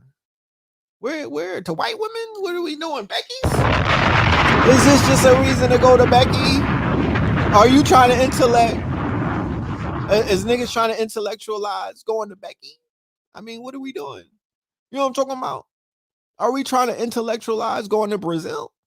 You know what I mean? Just go to Brazil and pipe them down, my nigga. You don't have to do a whole fucking spiel and throw women under the bus. You know? But I've been told that I should go and check it out because it has grown legs and there's some interesting conversations taking place. Patrice O'Neal, you mean the comedian that died? Was that the Patrice O'Neal you talking about? Let me know, because that was my guy. But I didn't know how far he was taking it. O'Shea, go to Africa, leave that man alone. I just got back from the continent, real asses, tiggle bitties, no makeup, just God's creation. I hear you, baby Yoda. I hear you, baby Yoda. Oh, it was my guy, Patrice, who died. Is that what it is? Imagine how many imagine how many people run into that searching for me though. You feel me? Imagine how many people run into the fuckery when they looking for red pill and they get caught up in the manosphere and they never get to see red pill. They just get caught up. They think I had people asking me, yo, that your movement is lit. And I'm like, what's the movement? They like the red pill movement. I'm nigga, that's not me. You know what I'm talking about? That's not me. What are you talking about? You don't hear me talking like that. That's not me. Yeah, Tommy Sotomayor. You feel me?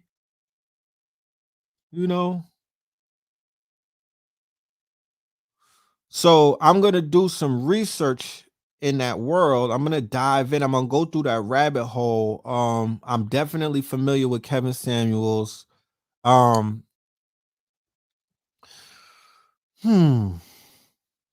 I fucks with Kevin, he went viral. Niggas is calling him Samuela. I'm not here for the slander. My Discord link expired. Hold on. Little Goddess, did you hear that? Look at this. You know what I'm saying? It's only one red pillar that we acknowledge. You know what I mean? For the record, you know, I did the patent searches and everything when I first started out. There was no red pill anything when I popped off. You know what I'm saying? There was no red pill anything when I first popped off. When I hopped off the porch, I was unto myself, and then all of this other stuff started coming up. But it's okay because, like I said, at this point in the game, you know, I've kind of outgrown this whole red pill thing in a sense. You know what I'm talking about? And at this point in the game, I've kind of outgrown it. You know, I have to, I might pop out with an African name next. I don't know, but you know, at this point, you feel me? At this point, you know, the red pill thing is cool. You know, we do red pillar when we do the music, but you know, we're gonna have to take it in another direction. You know what I'm saying? That's like how Nas is sitting in the crib right now. He's trying to figure out what his new name is gonna be because of Little Nas X. You know what I'm talking about? Niggas done fucked up the moniker, you know? But the rap name would always be Red Pillar, of course. It will always be Red Pillar. But we're gonna have to change the name up a little bit. Cause look, Candace Owens, right? She was Red Pill. She was Red Pill Black. Van Lathan, this nigga had a podcast called Red Pill Podcast. And then now we got all of this Red Pill movement shit. Like they're trampling on the trademark. You know what I'm talking about? They're running with the fucking cloth. So it's like, I don't even want to, you know what I mean? I don't really, I feel like people are eating off of me. And I don't like that. I don't like that. I might be Philharmonic. You know what I'm talking about? I might be Philharmonic. I might be philanthropy. You know what I mean? I might be philosophy. You know what I mean? I'm gonna play on the Phil. I'm gonna play on the Phil. You know what I'm talking about? But we gotta switch it up. Was I red pill before the Matrix? What do you think? No, I wasn't red pill before the Matrix. I was red pill after the Matrix. Yeah, that's the Matrix. But Sophia Stewart, right? Sophia Stewart, she Christianed us. She gave red and blue pill. She basically Christianed us, the red pill and blue pill twins. So that's coming from the source. That's coming from mama. You know what I'm talking about? That's coming from mama. You know what I mean? I don't gotta ask nobody permission after she gave us she gave me the plug. You know what I mean? She Christianed us. You know? I see y'all joining the Discord. Yeah, salute to everybody. I feel you. I feel you. So yeah, I'm gonna venture into that world. I'm gonna check out these names that y'all gave me and whatnot. I'm gonna dive in. I'm gonna see what they saying and whatnot. You feel me? I'm not gonna let it affect me. I won't let it affect. I'm not gonna become all hardened and shit like that. I love, I love, I adore. You feel me? I worship and I submit to the black woman. You know what I'm saying? I came from a black woman. I will return to a black woman. Black women have gave birth to the greatest creations on this planet, which are the babies, the seeds and whatnot. And I'm not simping. You dig what I'm saying?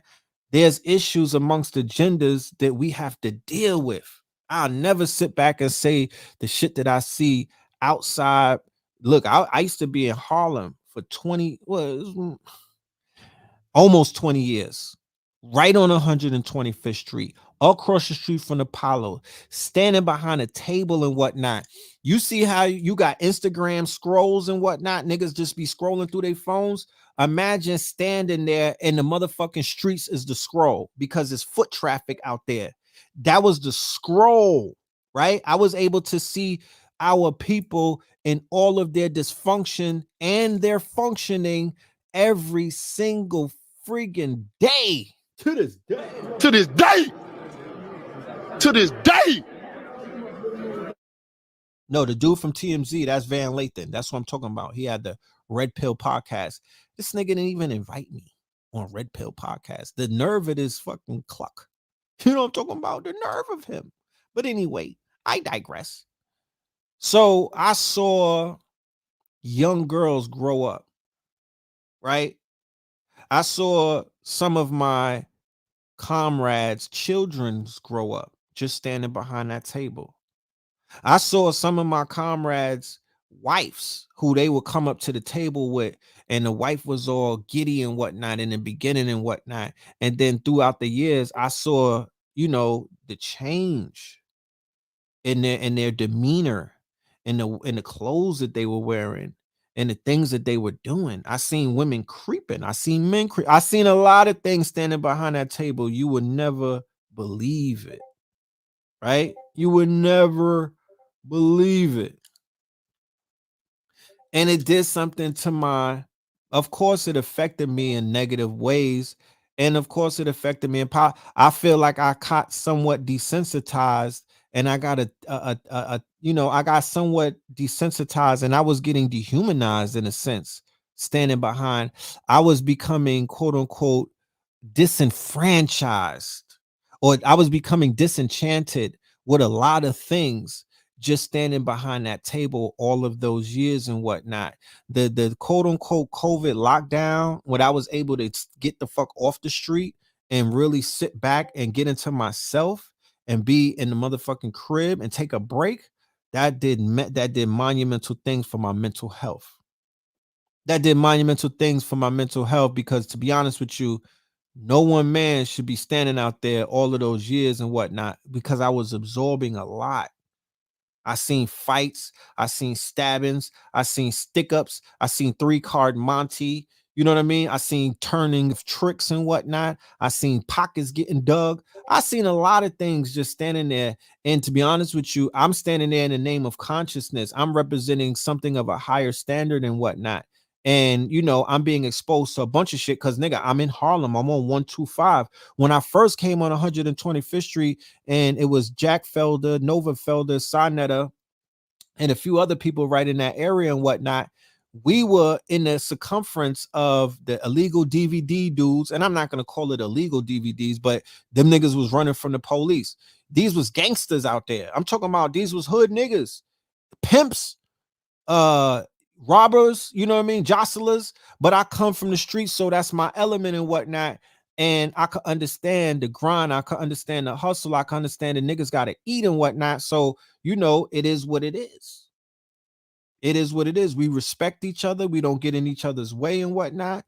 But I was in the circumference of a lot of toxicity and things of that nature, just because, my nigga, I was exposed to a lot. And throughout the years, as the consciousness raised and whatnot, as the frequency increased, that shit began to evaporate, and we began, we didn't even have to forcibly do anything. It just disappeared from our circumference and whatnot, because the energy and the force, it was rising. It was becoming very great. And a lot of people, we were conforming people. I mean, there was people who was out there and that was grinding and getting it out the mud and whatnot. I would see them years later, and they had their shit together. They was like, we was inspired by you niggas. We would watch y'all on YouTube. I had one dude, he was like, yeah, I got locked up and whatnot. And then I started really paying attention. I was out there with y'all all of this time, but when I was locked up, I had a phone and I was able to pay attention and listen to it. And that shit changed my life forever. And then there was some other people that went down, it was a lot of stories. You'll see it in the documentary in 2030.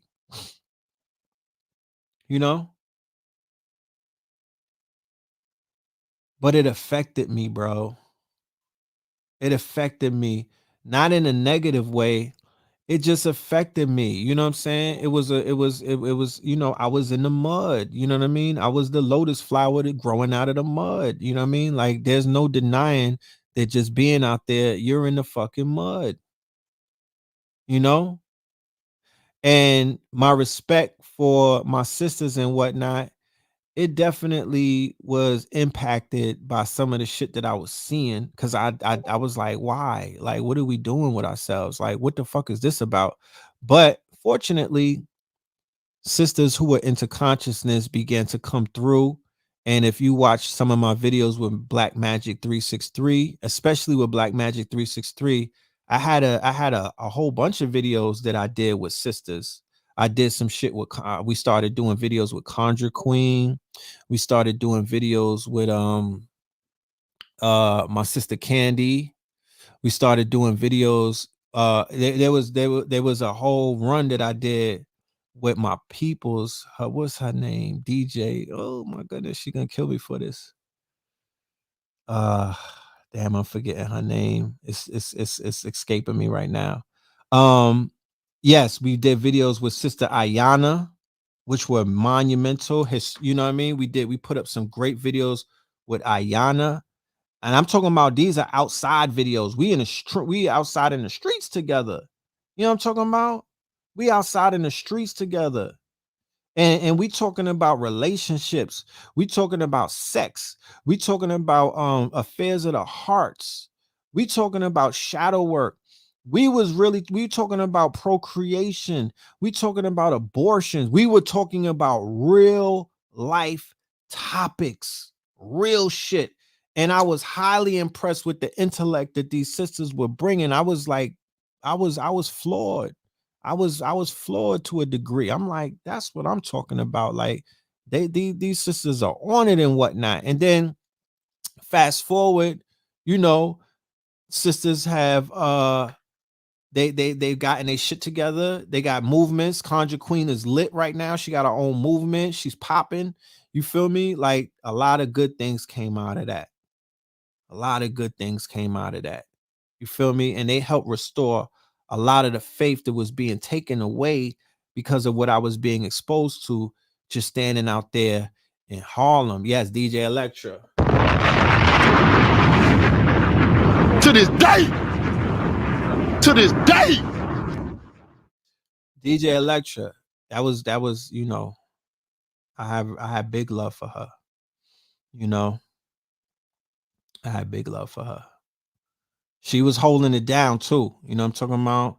She was holding it down, but she wasn't coming from a perspective of somebody who was trying to be super consciousness. She was really like speaking for the streets and shit like that. You know what I'm talking about?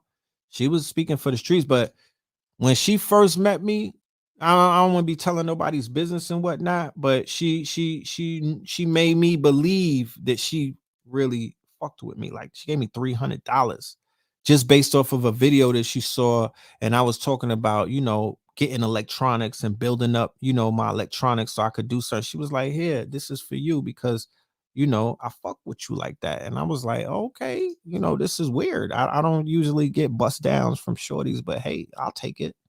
You know what I'm talking about? I'll take it. And then we started doing videos together, right? We started doing videos together, and it was lit. You know what I'm saying? It was lit. Yes, Sister Ella, right? The goddess Sister Ella. We was doing videos with Sister Ella. That was lit. You know what I'm talking about? She was coming with it, you know. And it's just, I want to give thanks to those sisters because they don't know how instrumental they were with helping to restore my faith. And not just, it's not me personally.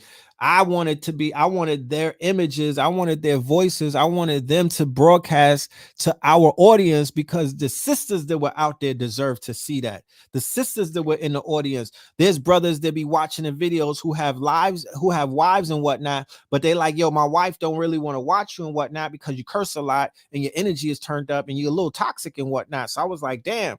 But then when I brought the sisters in with us, they was able to have a motherfucking date night. Like, you know what I'm saying? YouTube and chill. Like, yeah, we're gonna, you know what I mean? We're gonna watch Red Pill and the sisters. You know what I'm saying? They're gonna be talking. And that's what happened. You know what I mean? That's definitely what happened. You know? And it was a good run. It was a good run. So as we move forward, you know, this is a new format. Niggas is not outside like that no more. You know what I mean? Maybe when I get to Atlanta, we might set something up where we might come back outside and start doing something outside because Atlanta has nice foot traffic. You know, the key is the foot traffic. You know what I'm talking about? You just can't stand outside and nobody is walking by you and whatnot. The key is the foot traffic. And New York has foot traffic that you know, in Harlem, especially 125th. There's reports that came out that the foot traffic and also the money that's generated on 125th Street is the most, that strip on 125th Street makes more money than Fifth Avenue. And the foot and the foot traffic and the foot traffic is unparalleled. There's no foot traffic like 120, not even 34th Street, Herald Square, not the Village in Soho. There's no foot traffic that could compare to the foot traffic on 125th Street. This is a report that I read. So that's the backdrop. That's what the people love. That's the energy. That's the battery in which I pull from when I'm going in. You know what I mean? When I'm tapping in, I'm tapping into the grid, but I'm tapping into the energy of people walking by me. I could tap into love energy. I could tap into hate energy. Cause you know, when you going in, you could look at a motherfucker and they looking at you like they don't like you. They looking at you like you a whole snack sometimes. You know what I'm talking about? They looking at you with their nose up. People are, but I'm able to pull from that as I'm going in. I'm an alchemist. So I'm taking all of that energy in and I'm using that to go through my memory, my Rolodex and whatnot, to go in my bag and shit like that. Like I'm feeding off of all of the energy. It doesn't matter because energy is energy. Okay, you just can't, if you cross that line, if you get into my personal space, that's a whole nother story. But energy is energy, and we were able to manifest off of the people's energy. And you know, I'm looking to do that again.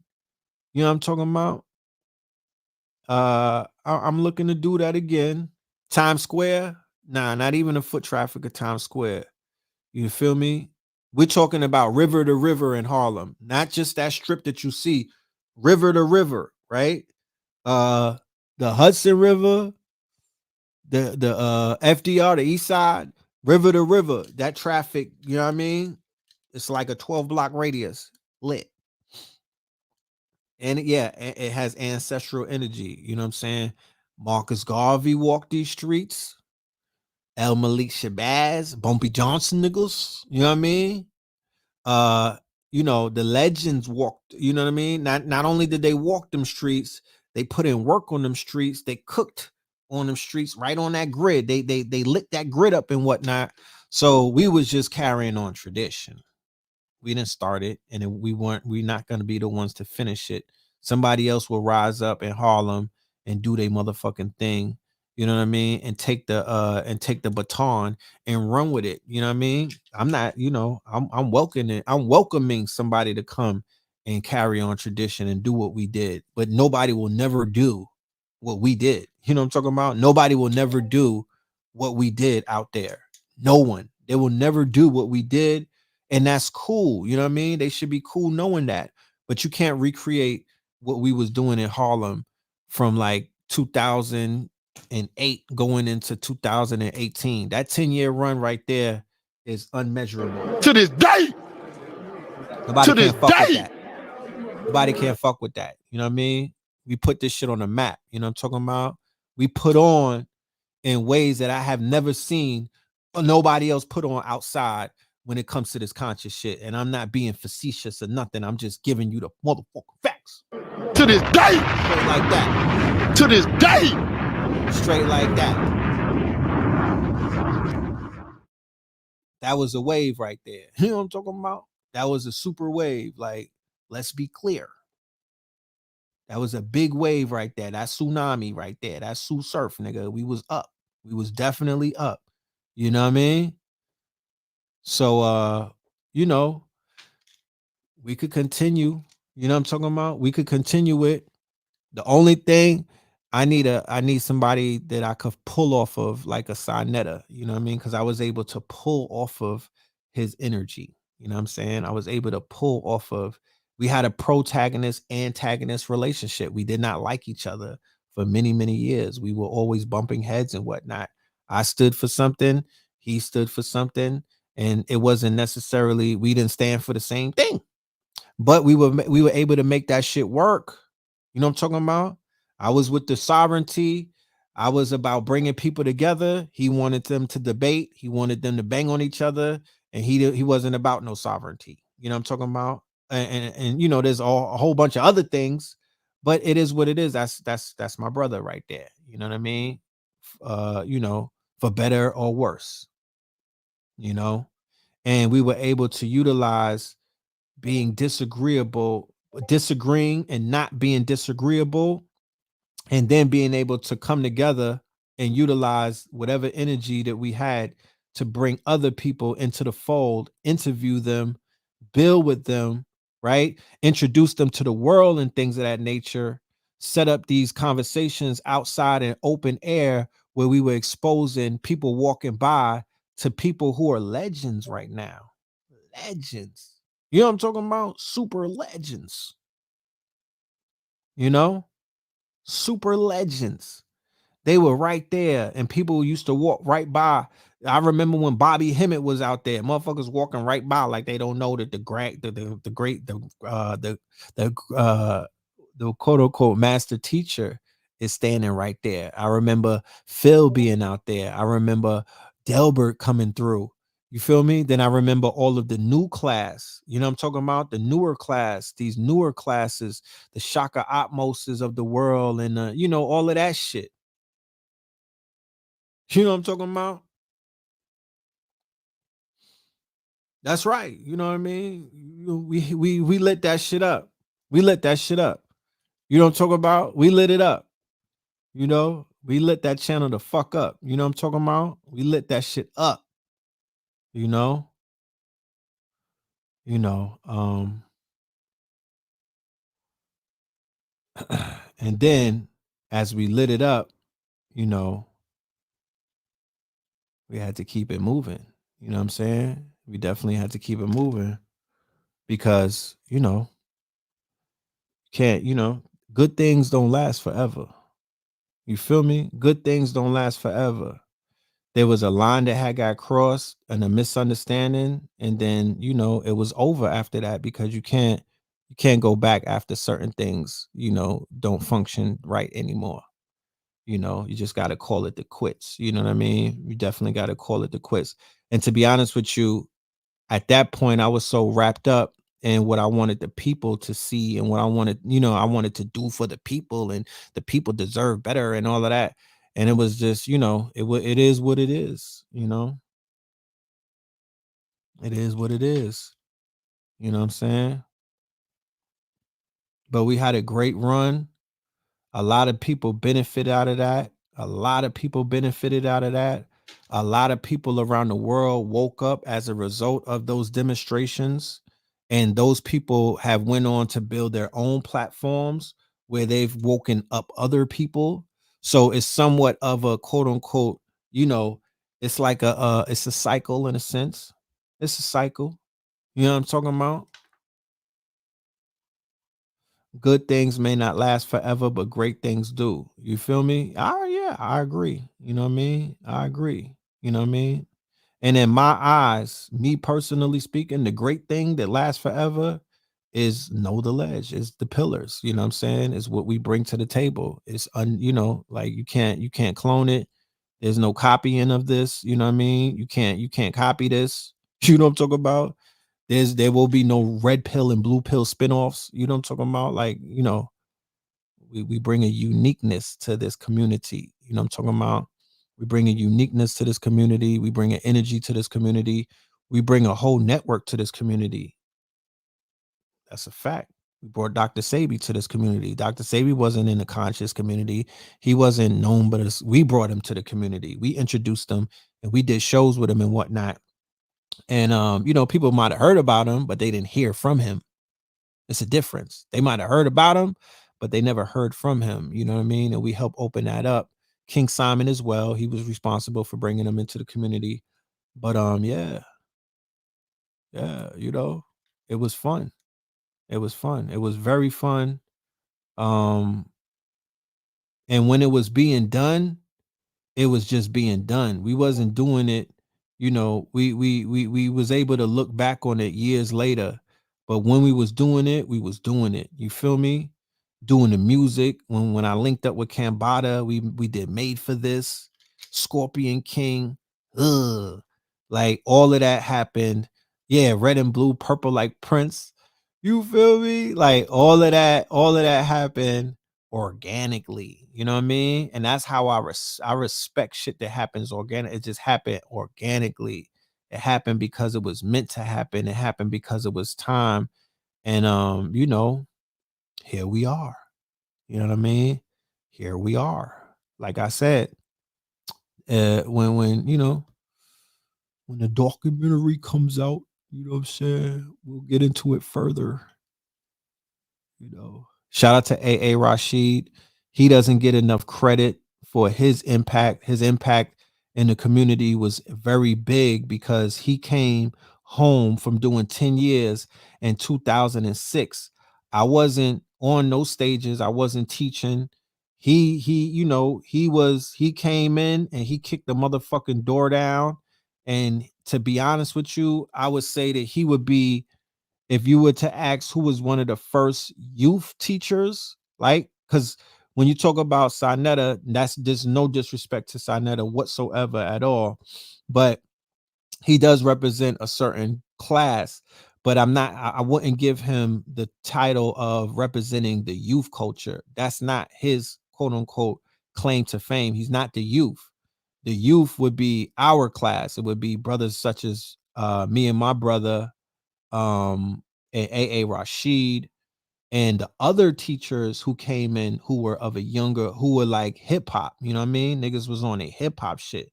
We was talking that shit. We wasn't trying to sound all prim and proper and we wasn't trying to sound like elders. You know what I mean? We were letting the elders do what the elders do. You feel me? Like Phil Valentine and them, they would drop in the information the way that they drop it. They would talk and they talk. You know what I mean? They were choosing when they were gonna drop their F bombs and all of that other stuff. And we were basically teaching, speaking a language that people of our age group and demographics could understand. That's what we were doing. You feel me? We wasn't trying to be like nobody else.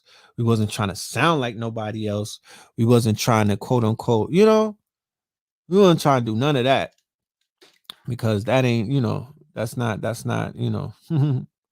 ain't it. You know what I'm saying? That didn't work for me particularly. You know what I'm saying? I can't speak for nobody else, but that didn't work for me. You know what I mean? So I decided not to do no shit like that. You know what I mean? Like that, I'm gonna let the elders do what the elders do, let and stay in my lane. So that's a little bit of the history of Harlem. So it's a lot more, but we'll keep that. To be honest with you, I'm sitting here on my reminiscing shit, but when it comes to things like that, I don't want to be biased. I would rather do a show with like Blue Pill and Brother Rich. You know what I'm saying? Black Dot. Yeah, Black Dot set it off, right? Polite comes in '09. Yeah, Polite comes in '09, 2010, right? But like I said, SETI comes in '08, right? Like I said, SETI is this is all the new class that I'm talking about. These are all the new class. But the nigga who shook the room and shook the pillars when he came in was A.A. Rashid in '06. I promise you. To this day. To this day. He came with the Kabbalah. He came with the Kabbalah. And a lot of niggas did not fuck with the Kabbalah because you got to really be studious. You know what I'm saying? That's not for everybody. You have to, he came in on some master, like he had the ears of the master teachers like Phil, Bobby and them.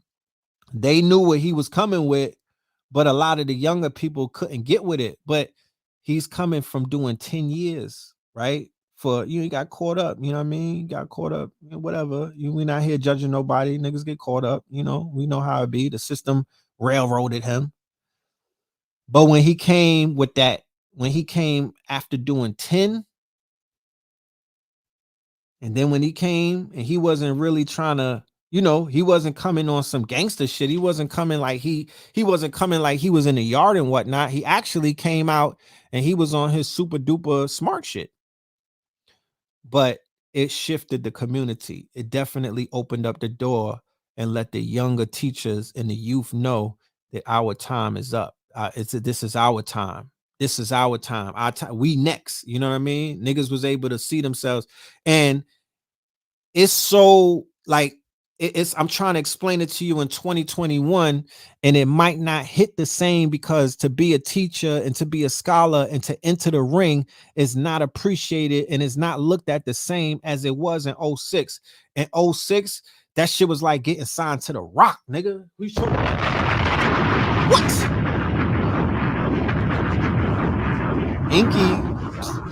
Inky is like 2011.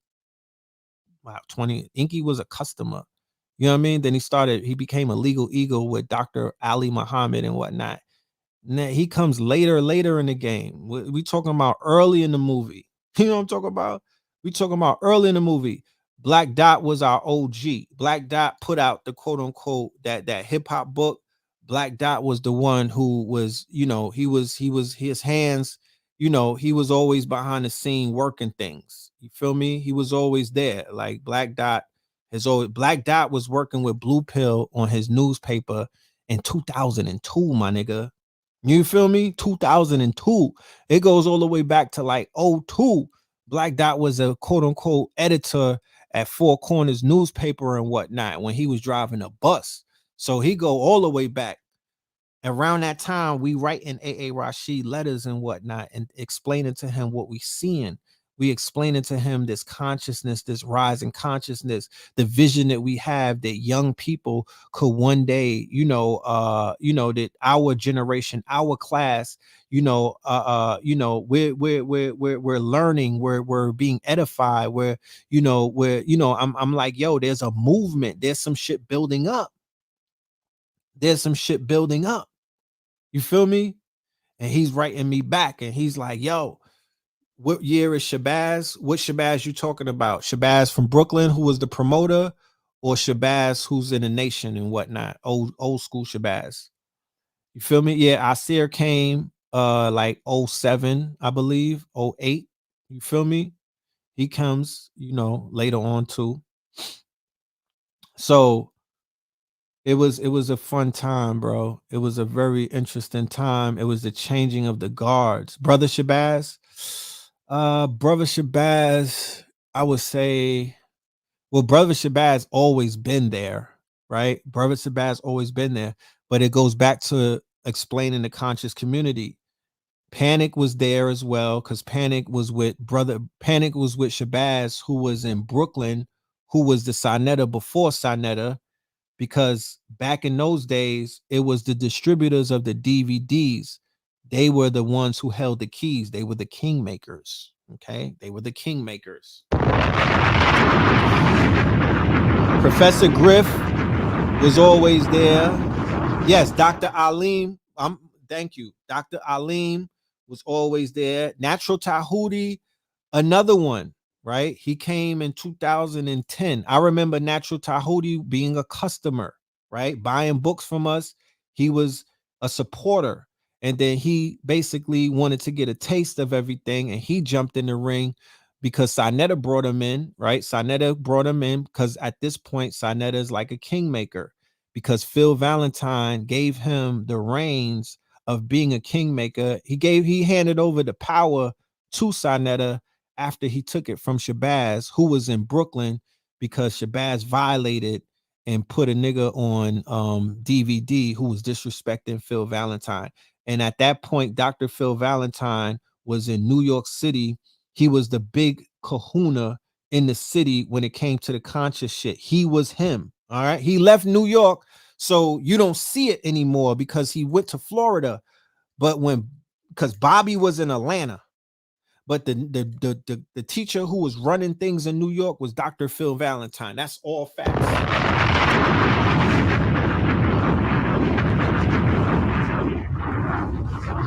Yeah, KT started teaching around 09, I believe. KT came in around 09. KT and Blue Pill had a store in Atlanta in Little 5 Points called a Duat, right? They had a store called a Duat.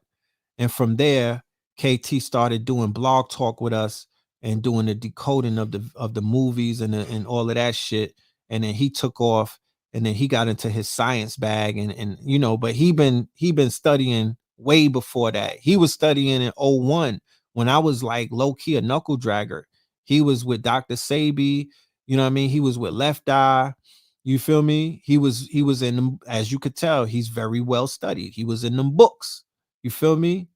Yes. Sister Burt, rest in peace. Sister Burt was also a big distributor. Big Man was also a big distributor. Azariah was also a big distributor. Sinetta was a big distributor. You know, these are of DVDs. This is the Akashic Library. I'm talking about, these were the titles before YouTube. All of them videos that you see on YouTube that's uploaded, them lectures in the 90s and the 80s and whatnot. C. Freeman L, Taj Tariq Bey, Hakeem Bey, you know what I mean? All of the OGs and whatnot. There was the quote unquote DVD salesmen who had 4 to 5 racks, almost 1,000 titles. That shit was gold. $30 a pop, my nigga. What are you talking about? Yeah, the tap DVDs. Yeah, the 3-hour shits that was taped together and whatnot. The 3-hour lectures that was taped together. Brother Reggie came later, right? Brother Reggie was working with Dr. Ben and whatnot, but he came into the community to teach later. Did Dr. Phillips and Sabi have beef? Yep, they had beef back in the days. Yes, they did. You know what I mean?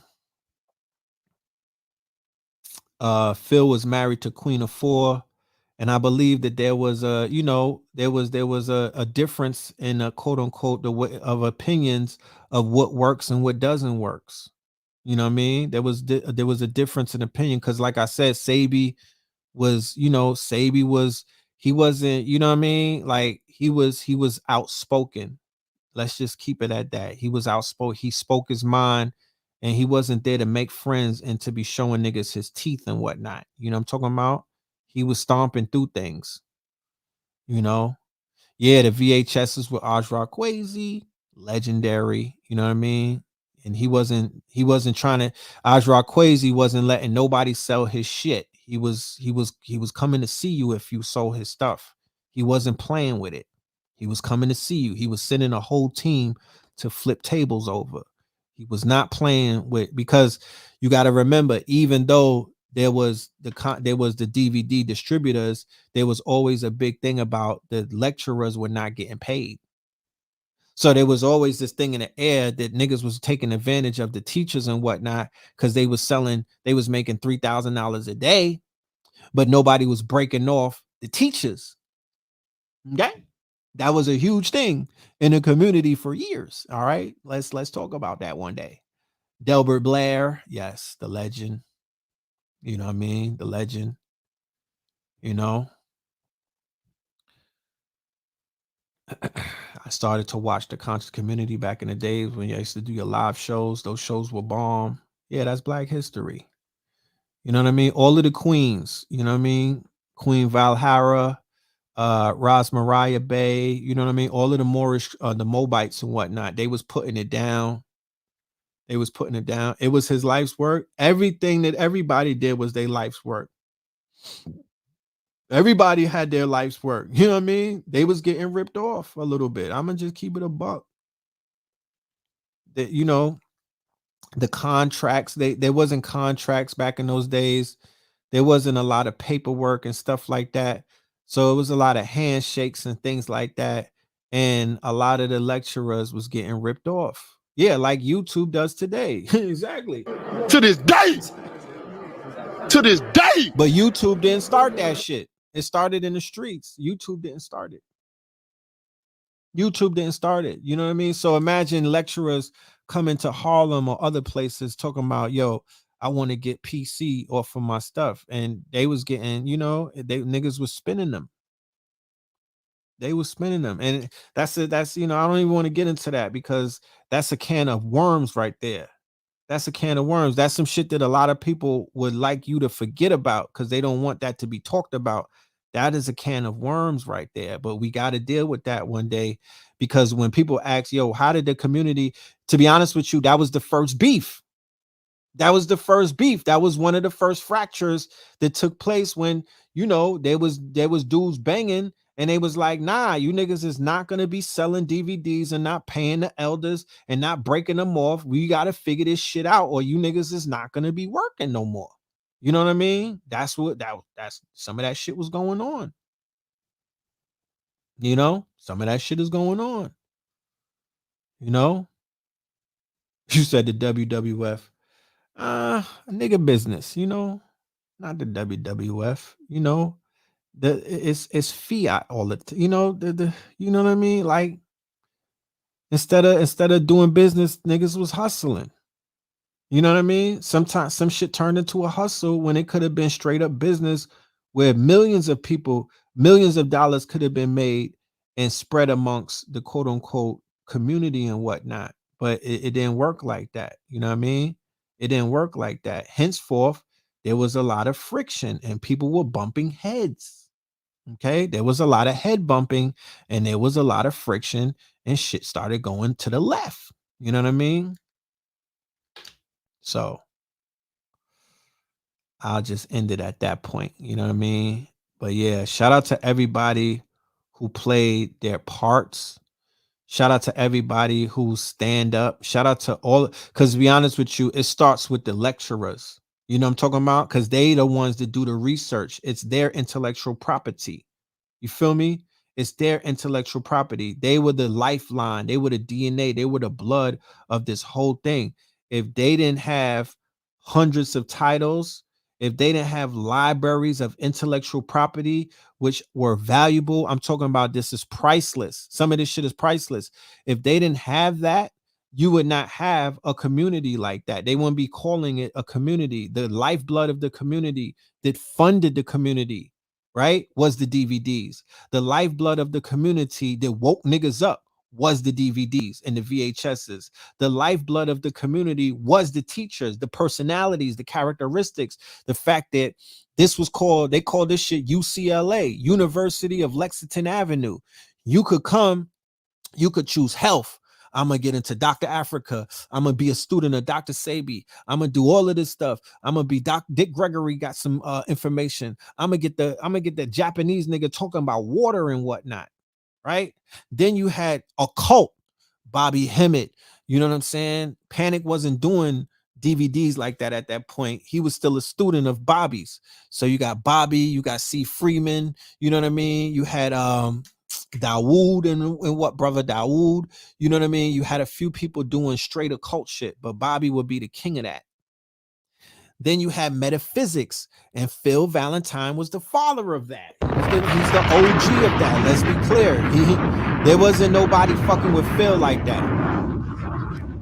And then we had Delbert, who's the master scientist and whatnot. You know what I'm talking about? Talked about the aliens, the diodes, all kind of shit that's going on right now. That's why I just be looking at the news and I go and read Twitter sometimes and I go and read these news stories, but none of this shit impresses me. There's nothing that's surprising me because it's all been talked about 10 to 20 to 30 years ago. So people be like, yo, Red Pill. And then you had the Moorish information, Taj Tariq Bey, Hakeem Bey, Valhara Bey, you know what I mean? Sister Myra L, rest in peace. You know what I mean? Uriel Bey, rest in peace. You know what I mean? C. Freeman L, rest in peace. There's a lot of rest in pieces because a lot of these elders have taken transitions over the last 20 years. There's a whole pantheon of master teachers that went into the other realm. So, yeah, Sabir Bey as well.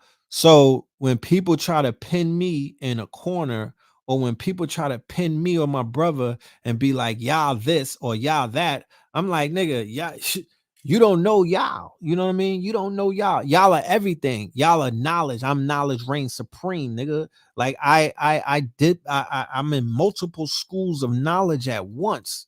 I'm like Neo in the Matrix when he summoned all of those books and whatnot. I'm not limited to one school of knowledge. I'm not limited to one quote unquote discipline. What the fuck is you talking about? What are you talking about? Nigga, I'm gonna die on this hill. It's too much information for me to just be pigeonholed into one school of knowledge. I'm not just going to get into the Hebrew Israelite shit. I'm going to get into the Moorish history. I'm going to get into the occult stuff. I'm going to get into metaphysics. I'm going to get into all of that shit. Whatever speaks to me, that's what I'm going to resonate with.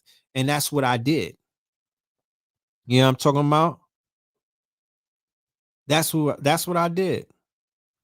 That's what I did. And in the long run, you know, it benefited, you know, it benefited everybody in the long run because, you know, I was able to be edified with all of this information, and I'm still seeking. I'll never stop learning.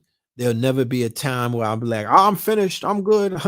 I'm ready to get up from the table and whatnot. No, this is going to be a lifelong journey. I will always be seeking and searching for information, either from books, texts, or out of the mouth of babes, or from some of these new teachers. You know, I don't care who it is. You know what I'm talking about? I don't care who it is. I'm willing to sit down and be a student and be studious and get my pen and pad and learn from anybody. Yes, Infudishi been there for from the beginning. You know, you dig what I'm saying? Infudishi was there from the beginning. You know, Anthony Browder. Keep in mind, Anthony Browder, Ranoka Rashidi, rest in peace. Dr. Ben, rest in peace. Dr. Clark, all of them. That's the collegiate aspect of the consciousness. That's the college, that's City College, that's Dr. Jeffries. They was lit before anything called the conscious community. Let's be clear. They was lit. Dr. Ben and all of, they had their own movement. They had their own movement. So to call them the conscious community would be sort of kind of disrespectful because they had their own movement before the conscious community. Okay. And it was collegiate and academia based. What we were doing were more so in the streets, my nigga. What Phil Valentine and all of them did when they were coming with occult and metaphysics, they were bucking the quote unquote system. They were going against what the OGs was standing on, which was we going to Kemet, we teaching about, you know what I mean? Like they was considered to be rogue. Yeah, Professor James Smalls, Baba Heru, Baba Samaj. I mean, you know, these are the OGs. These are the grandmasters. Yeah, Dr. Jack Felder. Thank you, Dr. Jack Felder, who put out the papers about AIDS and all of that stuff. Naeem Akbar. You dig what I'm saying? These Amos Wilson, right? These are the these are the grandmasters. Yeah, the slave theater in Brooklyn. What's my dude? Automatics and whatnot. You feel me? All of those, when you wanted to get that kind of information, remember it was the information was split. It wasn't all in one gumbo pot. There was that type of information, and then there was the consciousness or the underground, what they call the metaphysical underground or the dark matter think tank. They were going a little bit to the left. They were incorporating studies of the Hindus. You know what I mean? They were going into studies of ancient Kemet a little bit further. They were incorporating a lot of things, and that necessarily wasn't what the academia was doing. Even to the point that if anybody's seen the Gathering of the Masters, Dr. Khalid Muhammad ran up on Bobby Hemmett. They had, you know what I'm saying? He was trying to wash Bobby Hemmett at the quote unquote meeting of the Masters in Atlanta before he got killed. Okay. That's history right there. Because Dr. Khaled was like, we ain't with this shit. We, you know what I mean? We straight up on some black power. What is this shit right here? What are y'all talking about? You feel me? Dr. Barashango, Dr. Francis Cress Wilson. These, right? This is all collegiate. This is a lot of these are the college professors. You know what I'm talking about? These are the college professors who had multiple other groups and whatnot. They were their own movement. They come before consciousness. They come, this is the 80s, this is the 90s, and this is the early 2000s. They were running that shit. It was way harder to get information back then. You just had to be plugged in. If you was if you was plugged into that secret society, then you would have known when the lectures were happening, when the meetings were happening. You was plugged in, you would have been, you would be everywhere. But if you wasn't plugged in, you had to kind of get plugged in. Like the shit was almost like, you know, you had to get brought in. You had to get brought in. You can just walk up. You can just walk up on those shit. Yeah, Booker T, Cabo Kumeni. Yeah, all of that. All of that. That's all the legends. That's all of the legends who helped. That's the foundation. They built this shit. That's the grandmaster teachers. They helped build it. They actually watched the conscious community come together. So they were the ones who have to watch YouTube when all of the fuckery is going on. They're the ones that got to watch these young niggas drag the fucking legacy through the mud. Imagine how the elders who are still alive, imagine what that's doing to their anxiety and their hearts and whatnot.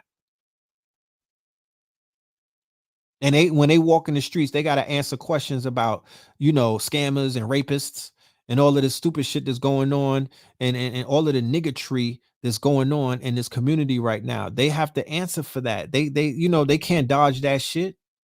They can't dodge that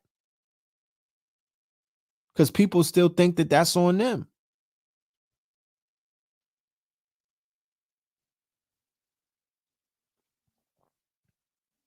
Yes, and it wasn't just a New York thing.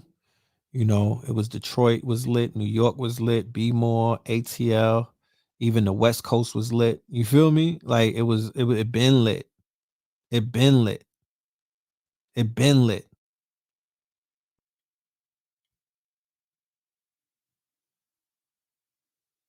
It been lit.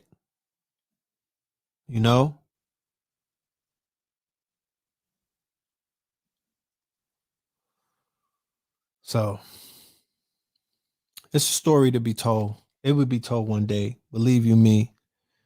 And if they tell it any other way, you know what I've been seeing too, and the importance about telling your story. Man, I've been watching the BMF series, and I've been watching the Wu-Tang on Hulu.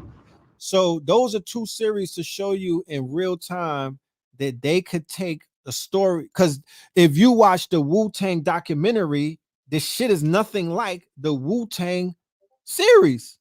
If you watch the BMF documentary, it's nothing like the BMF series. There are characters.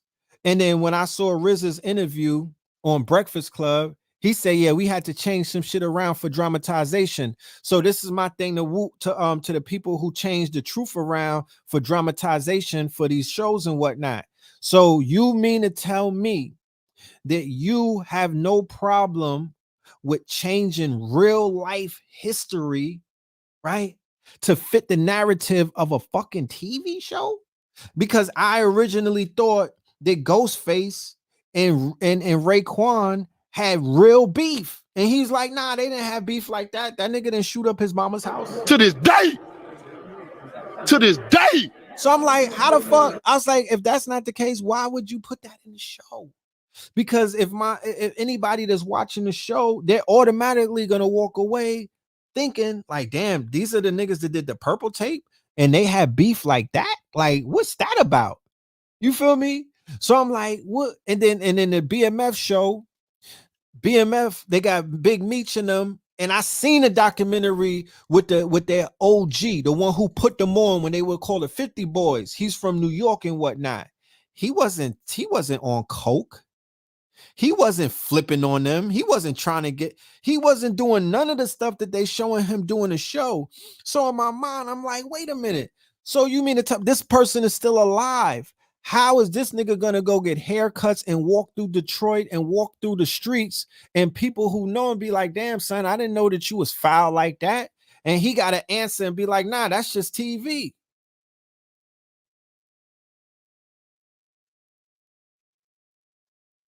Big Meech stated he wanted nothing but the truth to be in it, but 50 Cent went and dramatized it. Nah, BMF is lit. What are you talking about? BMF is lit. They got my nigga Big Meech like Rambo. BMF is lit. That nigga's son, his son, Little Meech or whatever, he's bodying that role. Yeah, he's bodying that role. I'm gonna keep it a buck with you. See, I was in Atlanta for BMF, so I seen it go down. You feel me? I seen it go down. I seen the whole rise of it. So I'm invested. I'm like, I want to see that. I'm invested in that story. You know what I mean? I want to see what that's about. I want to see what the beginnings was like. So it's a dramatization of some shit that really happened. But 50 Cent is doing what he did with his power. He giving it the power spin. You feel me? He's giving it the power spin. You know what I mean? He got my nigga Meech like he Rambo and shit and certain type of things. But he's painting so you could tell that the whole thing is to make Big Meech look like that dude. Even he's sacrificing this nigga's little brother, Southwest T or whatever. He got the brother looking somewhat like a fucking like a flunky in a sense. It's really all about Big Meech. So everybody in the TV show is being downplayed to make Meech look like him. And this is the beginning story. This is their origin story. This is before they even was called BMF. We're not even to the point where he named the crew BMF. We're just in the beginning stages. And based off of the documentaries that I saw years ago, and I saw some shit recently, I'm like, that's not the story that these niggas was telling in the streets. That's not the real story.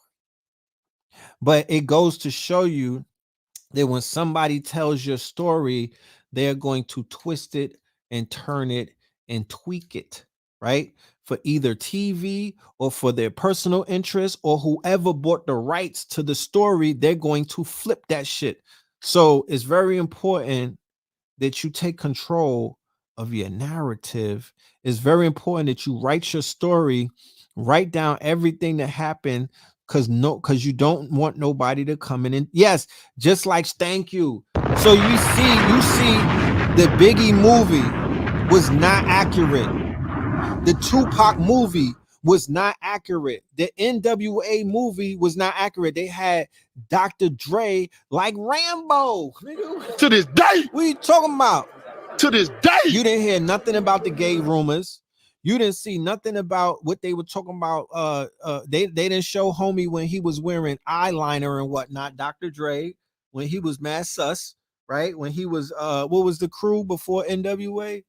The Wrecking Crew, huh? Because Dr. Dre was the executive producer. So what did he do? He bleached all of that shit out the story. And then they got him in a hotel beating niggas up. No, nigga, you wasn't beating nobody up. Let's be clear. That's not what the streets are saying. That's not what Tupac said. What Tupac had said was you was out here toe touching. You know what I'm talking about? You was out here touching toes. That's what Ice Cube said. That's what Tupac said. And that's what Suge Knight said, nigga. If it quack like a duck, it's a duck. The Eminem movie was not accurate. So here we are. We're living in real life. We're living in a real life scenario where we could see how they're taking real stories and tweaking them and twisting them and making them shits basically fit their narrative right in your face. They're changing history. That's how the books were written. That's how stories have been told for time immemorial. This is how that shit goes. You're seeing it in real time, how they will take stories and twist and turn it to their liking. And there's nothing that you could say about it because that Godfather of Harlem, another one. Thank you. Nigga. They got Bumpy and Malcolm a little too close. Yeah, they knew each other, but nigga, they wasn't too close. They wasn't close like that. Bumpy caught a body for Malcolm in season 2, nigga. Like, what are we talking about? He bodied somebody from the nation for Malcolm. I never heard of that happening. American Gangster. They tweaked that story with Frank Lucas. They twisted that story and tweaked it. Paid in Full. They tweaked that story. It's the anniversary of 20 years today. To this day. That wasn't the full story of Rich Porter and Alpo and AZ, nigga. That wasn't the full story.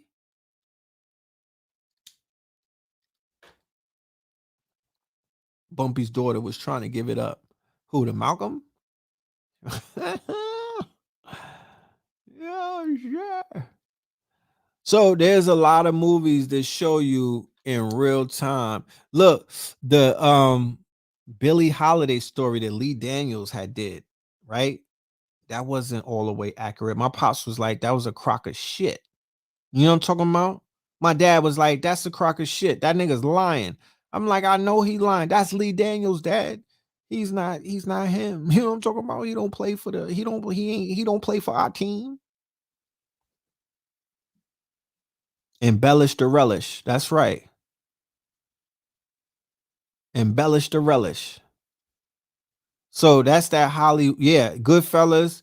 Somebody has said that they was like, man, that whole story was fake. You know what I'm talking about? That whole story was fake. Yeah, Professor Smalls is one of the people behind Godfather Harlem. But Professor Smalls told me personally, and he also said it because there's a documentary on is it on which it was that Epic? There's a documentary on Amazon about Harlem, and Professor Smalls is in it and whatnot. And Professor Small said, yeah, I gave him a lot of the information, but the over dramatization, he said they did that for TV. I don't have nothing to do with that. I could only give them what I know. And then they went ahead and they wrote whatever they wrote. They wrote the seasons and the scripts. But you know how Hollywood is. They was like, yeah, they had Billy as with the Bucky guy. Remember, what's the girl? Madam CJ Walker. They had her with a Batigal as well, or her daughter was a Batigal, and then the family came out and was like, none of that was true. Y'all lying. Give us our money and whatnot. Stop playing with us. And that had an agenda attached to it. So these movies have agendas attached to it because the writing team or the producer or the director, you feel me, is giving Shrek. Is giving Shrek. You know what I mean? It's giving Shrek.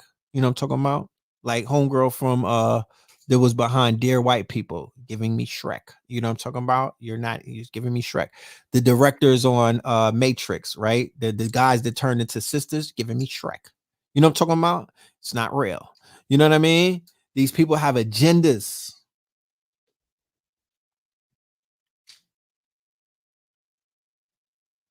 So I say all of that to say, yeah, dramatize your story, but try your best to stick to the truth, Roof. Yeah, Ma Rainey Black Bottom. Stick to the truth, Roof. You know? Do I got tats? No, I got scars.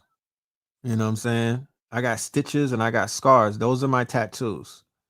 I was under that motherfucking knife getting stitched up. I'm like, nigga, that's the tattoo that's the only tattoo that I need. You know what I'm talking about? Is my scars. I got a whole bunch of them. So Spike Lee's Malcolm X, right? How many people said that the Malcolm X shit was fluffy? How many people said that the Malcolm X shit was fluffy? Right? They was like, that wasn't all the way accurate. That wasn't how it went down. So, but yeah, once again, we encourage y'all to sign up to the Discord. We encourage y'all to sign up to the Patreon. All of the ones who want to patronize the gourd and this channel and what it is that we're doing and what it is that we're building. Hopefully, y'all have a better understanding about who we are, what we stand for, our history. Because I'm aware a lot of people just caught on to the show. Y'all don't know the history of Red Pill. Y'all, you know what I mean? Y'all don't know the history like that. So sometimes we got to give it to you. But yeah, Thursday, I need y'all to pull up, be in the building. This is going to be exciting and whatnot. This is going to be informative, like all of the Stream Chaser events are, chock full of information. This will be no different. So October the 28th on Thursday, 9 p.m. Eastern on Zoom only. Buy your tickets on Eventbrite. The link is in the description. That part, I'm talking about. Emails, right? Send the emails, ladies. We need face shots, we need headshots, and a few body shots. No nudes, right? No, we're not doing that. And yeah, that part. You know what I'm talking about? We got the new single, Red Summer, season 2. That album is on the way, right? Very soon, very soon. We in Scorpio season. That's coming.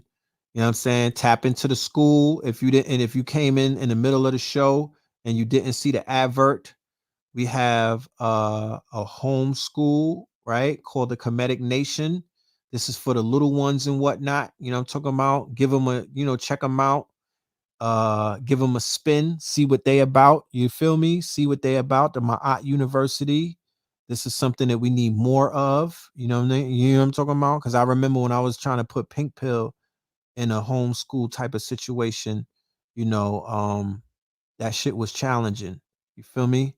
Also, NFT top shelf sold to the wealthiest buyer. Copper wires, yeah, the wealthy messiahs. You was wrapped up in the wealthy attire.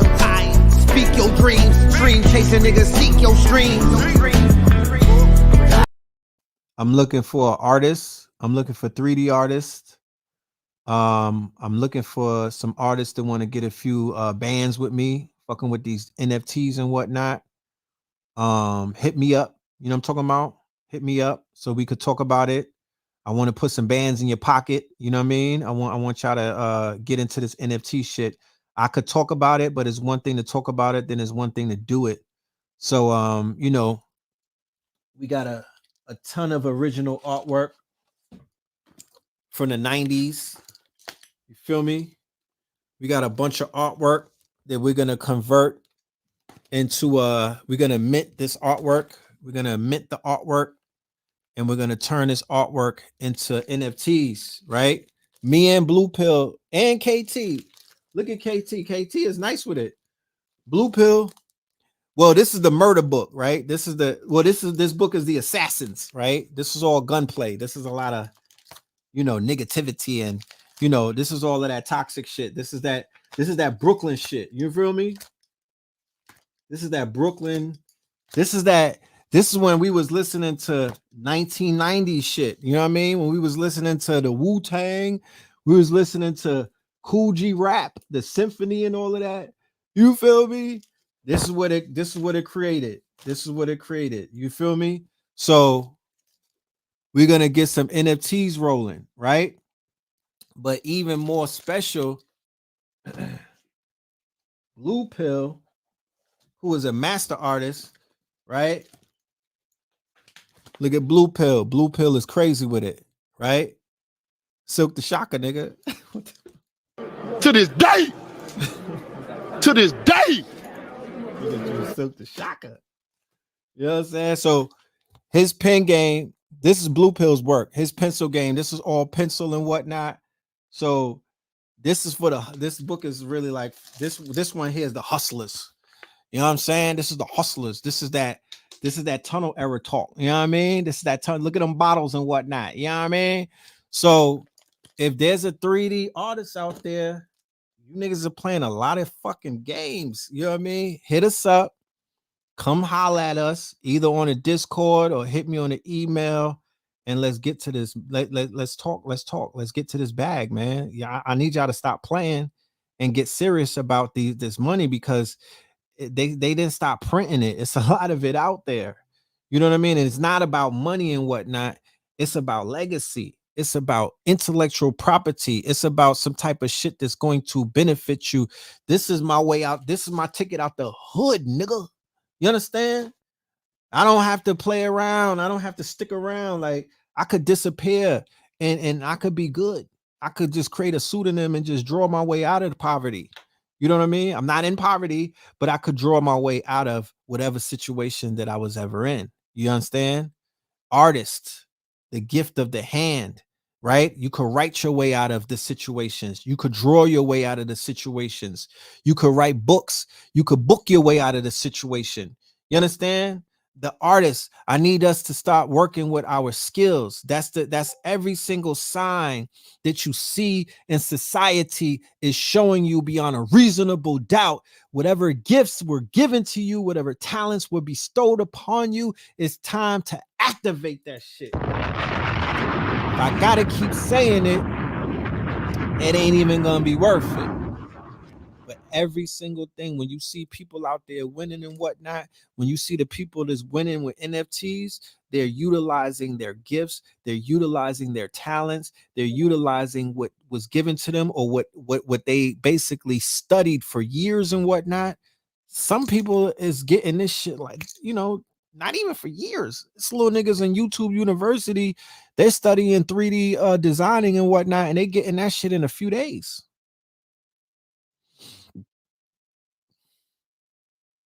Whatever. But I digress. I digress. You know what I'm saying? You write poetry. Yes. You already know, Kafunya. You feel me? Those musicians that you used to work with, Midnight and all of them, and all of those reggae artists, that's poetry to a beat. And it changed their lives forever, right? Changed their lives forever. They took that and they ran with it. You feel me? They took that and it changed their lives forever. You should put them unks up. What, the unk? Yeah. So yeah. Somebody asked me how many children was I'm trying to have. And I don't, you know what? That's a good question. I've been pondering that lately. You feel me? That's a good question. That's a good question. You know? You know? But yeah, we'll continue this conversation. Yeah, we got some things popping off this week. I don't want to talk about it ahead of time, but it's coming. We got some things going on before the lecture, but I don't want to let that cat out the bag. Just if you're in the Discord and if you're in the Patreon, stick around. You'll be made aware of it in real time. Protect your this shit is protected. What you talking about? It's protected. Intellectual property is protected. You know, it's definitely protected. You know.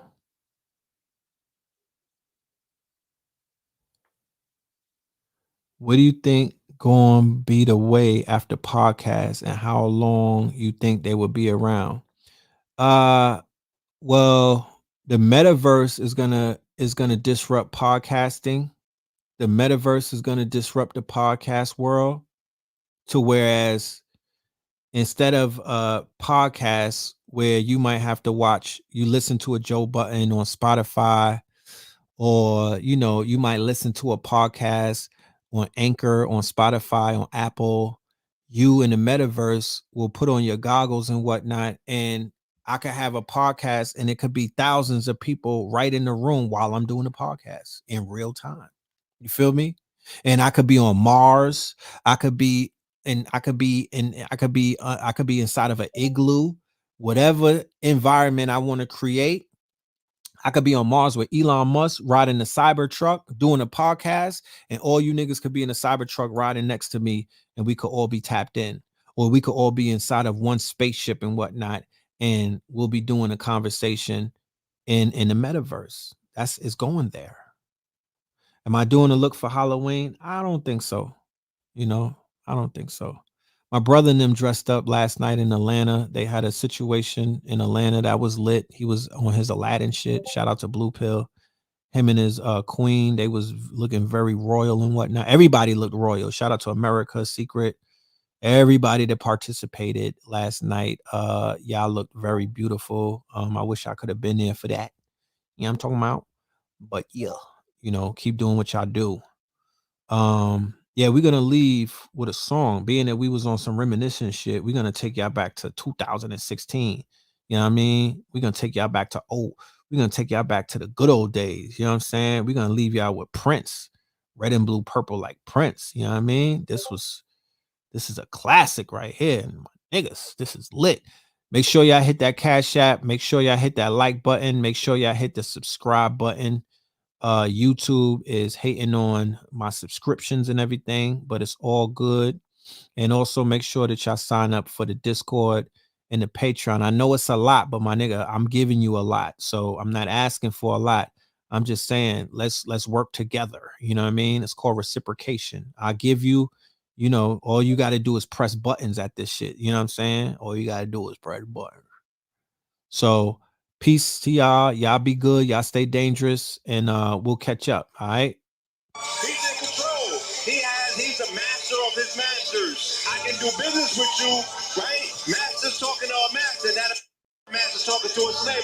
Y'all can hear that? I license you, my materials. You don't own my materials anymore. But I'm gonna take the big chunk over here to the homie. That's why I have no issue with people calling him a master mason. You damn right. He's the master of his catalog.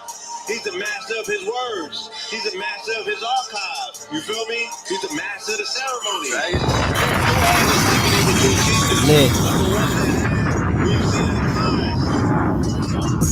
I'm a 100%. Red and blue, purple like Prince. Red and blue, purple the Benz. Change up the circle of friends. The Netheroo circle the twins. 75 ever since. 70 wives in the Benz. Red and blue, purple like Prince. Red and blue, purple like Prince. Red and blue, purple like Prince. Red and blue, purple like Prince. Red and blue, purple like Prince. We feeling the urge, killing the purge. Buzzers electric, we feeling the surge. Feeling the words, killing the birds with immunity. Pillars of unity. This is the form of the Voltron. This is the age of the Ultron. This is the same stage of the Pope bomb. This is the stage you can smoke on. Copper pound, came on the scene, I was copper down. All I was missing was copper crown. Summer 16, I turned copper brown. Look for revenge. In the copper town. Capping New Jersey and copper crown. 21 guns, salute jumper sound.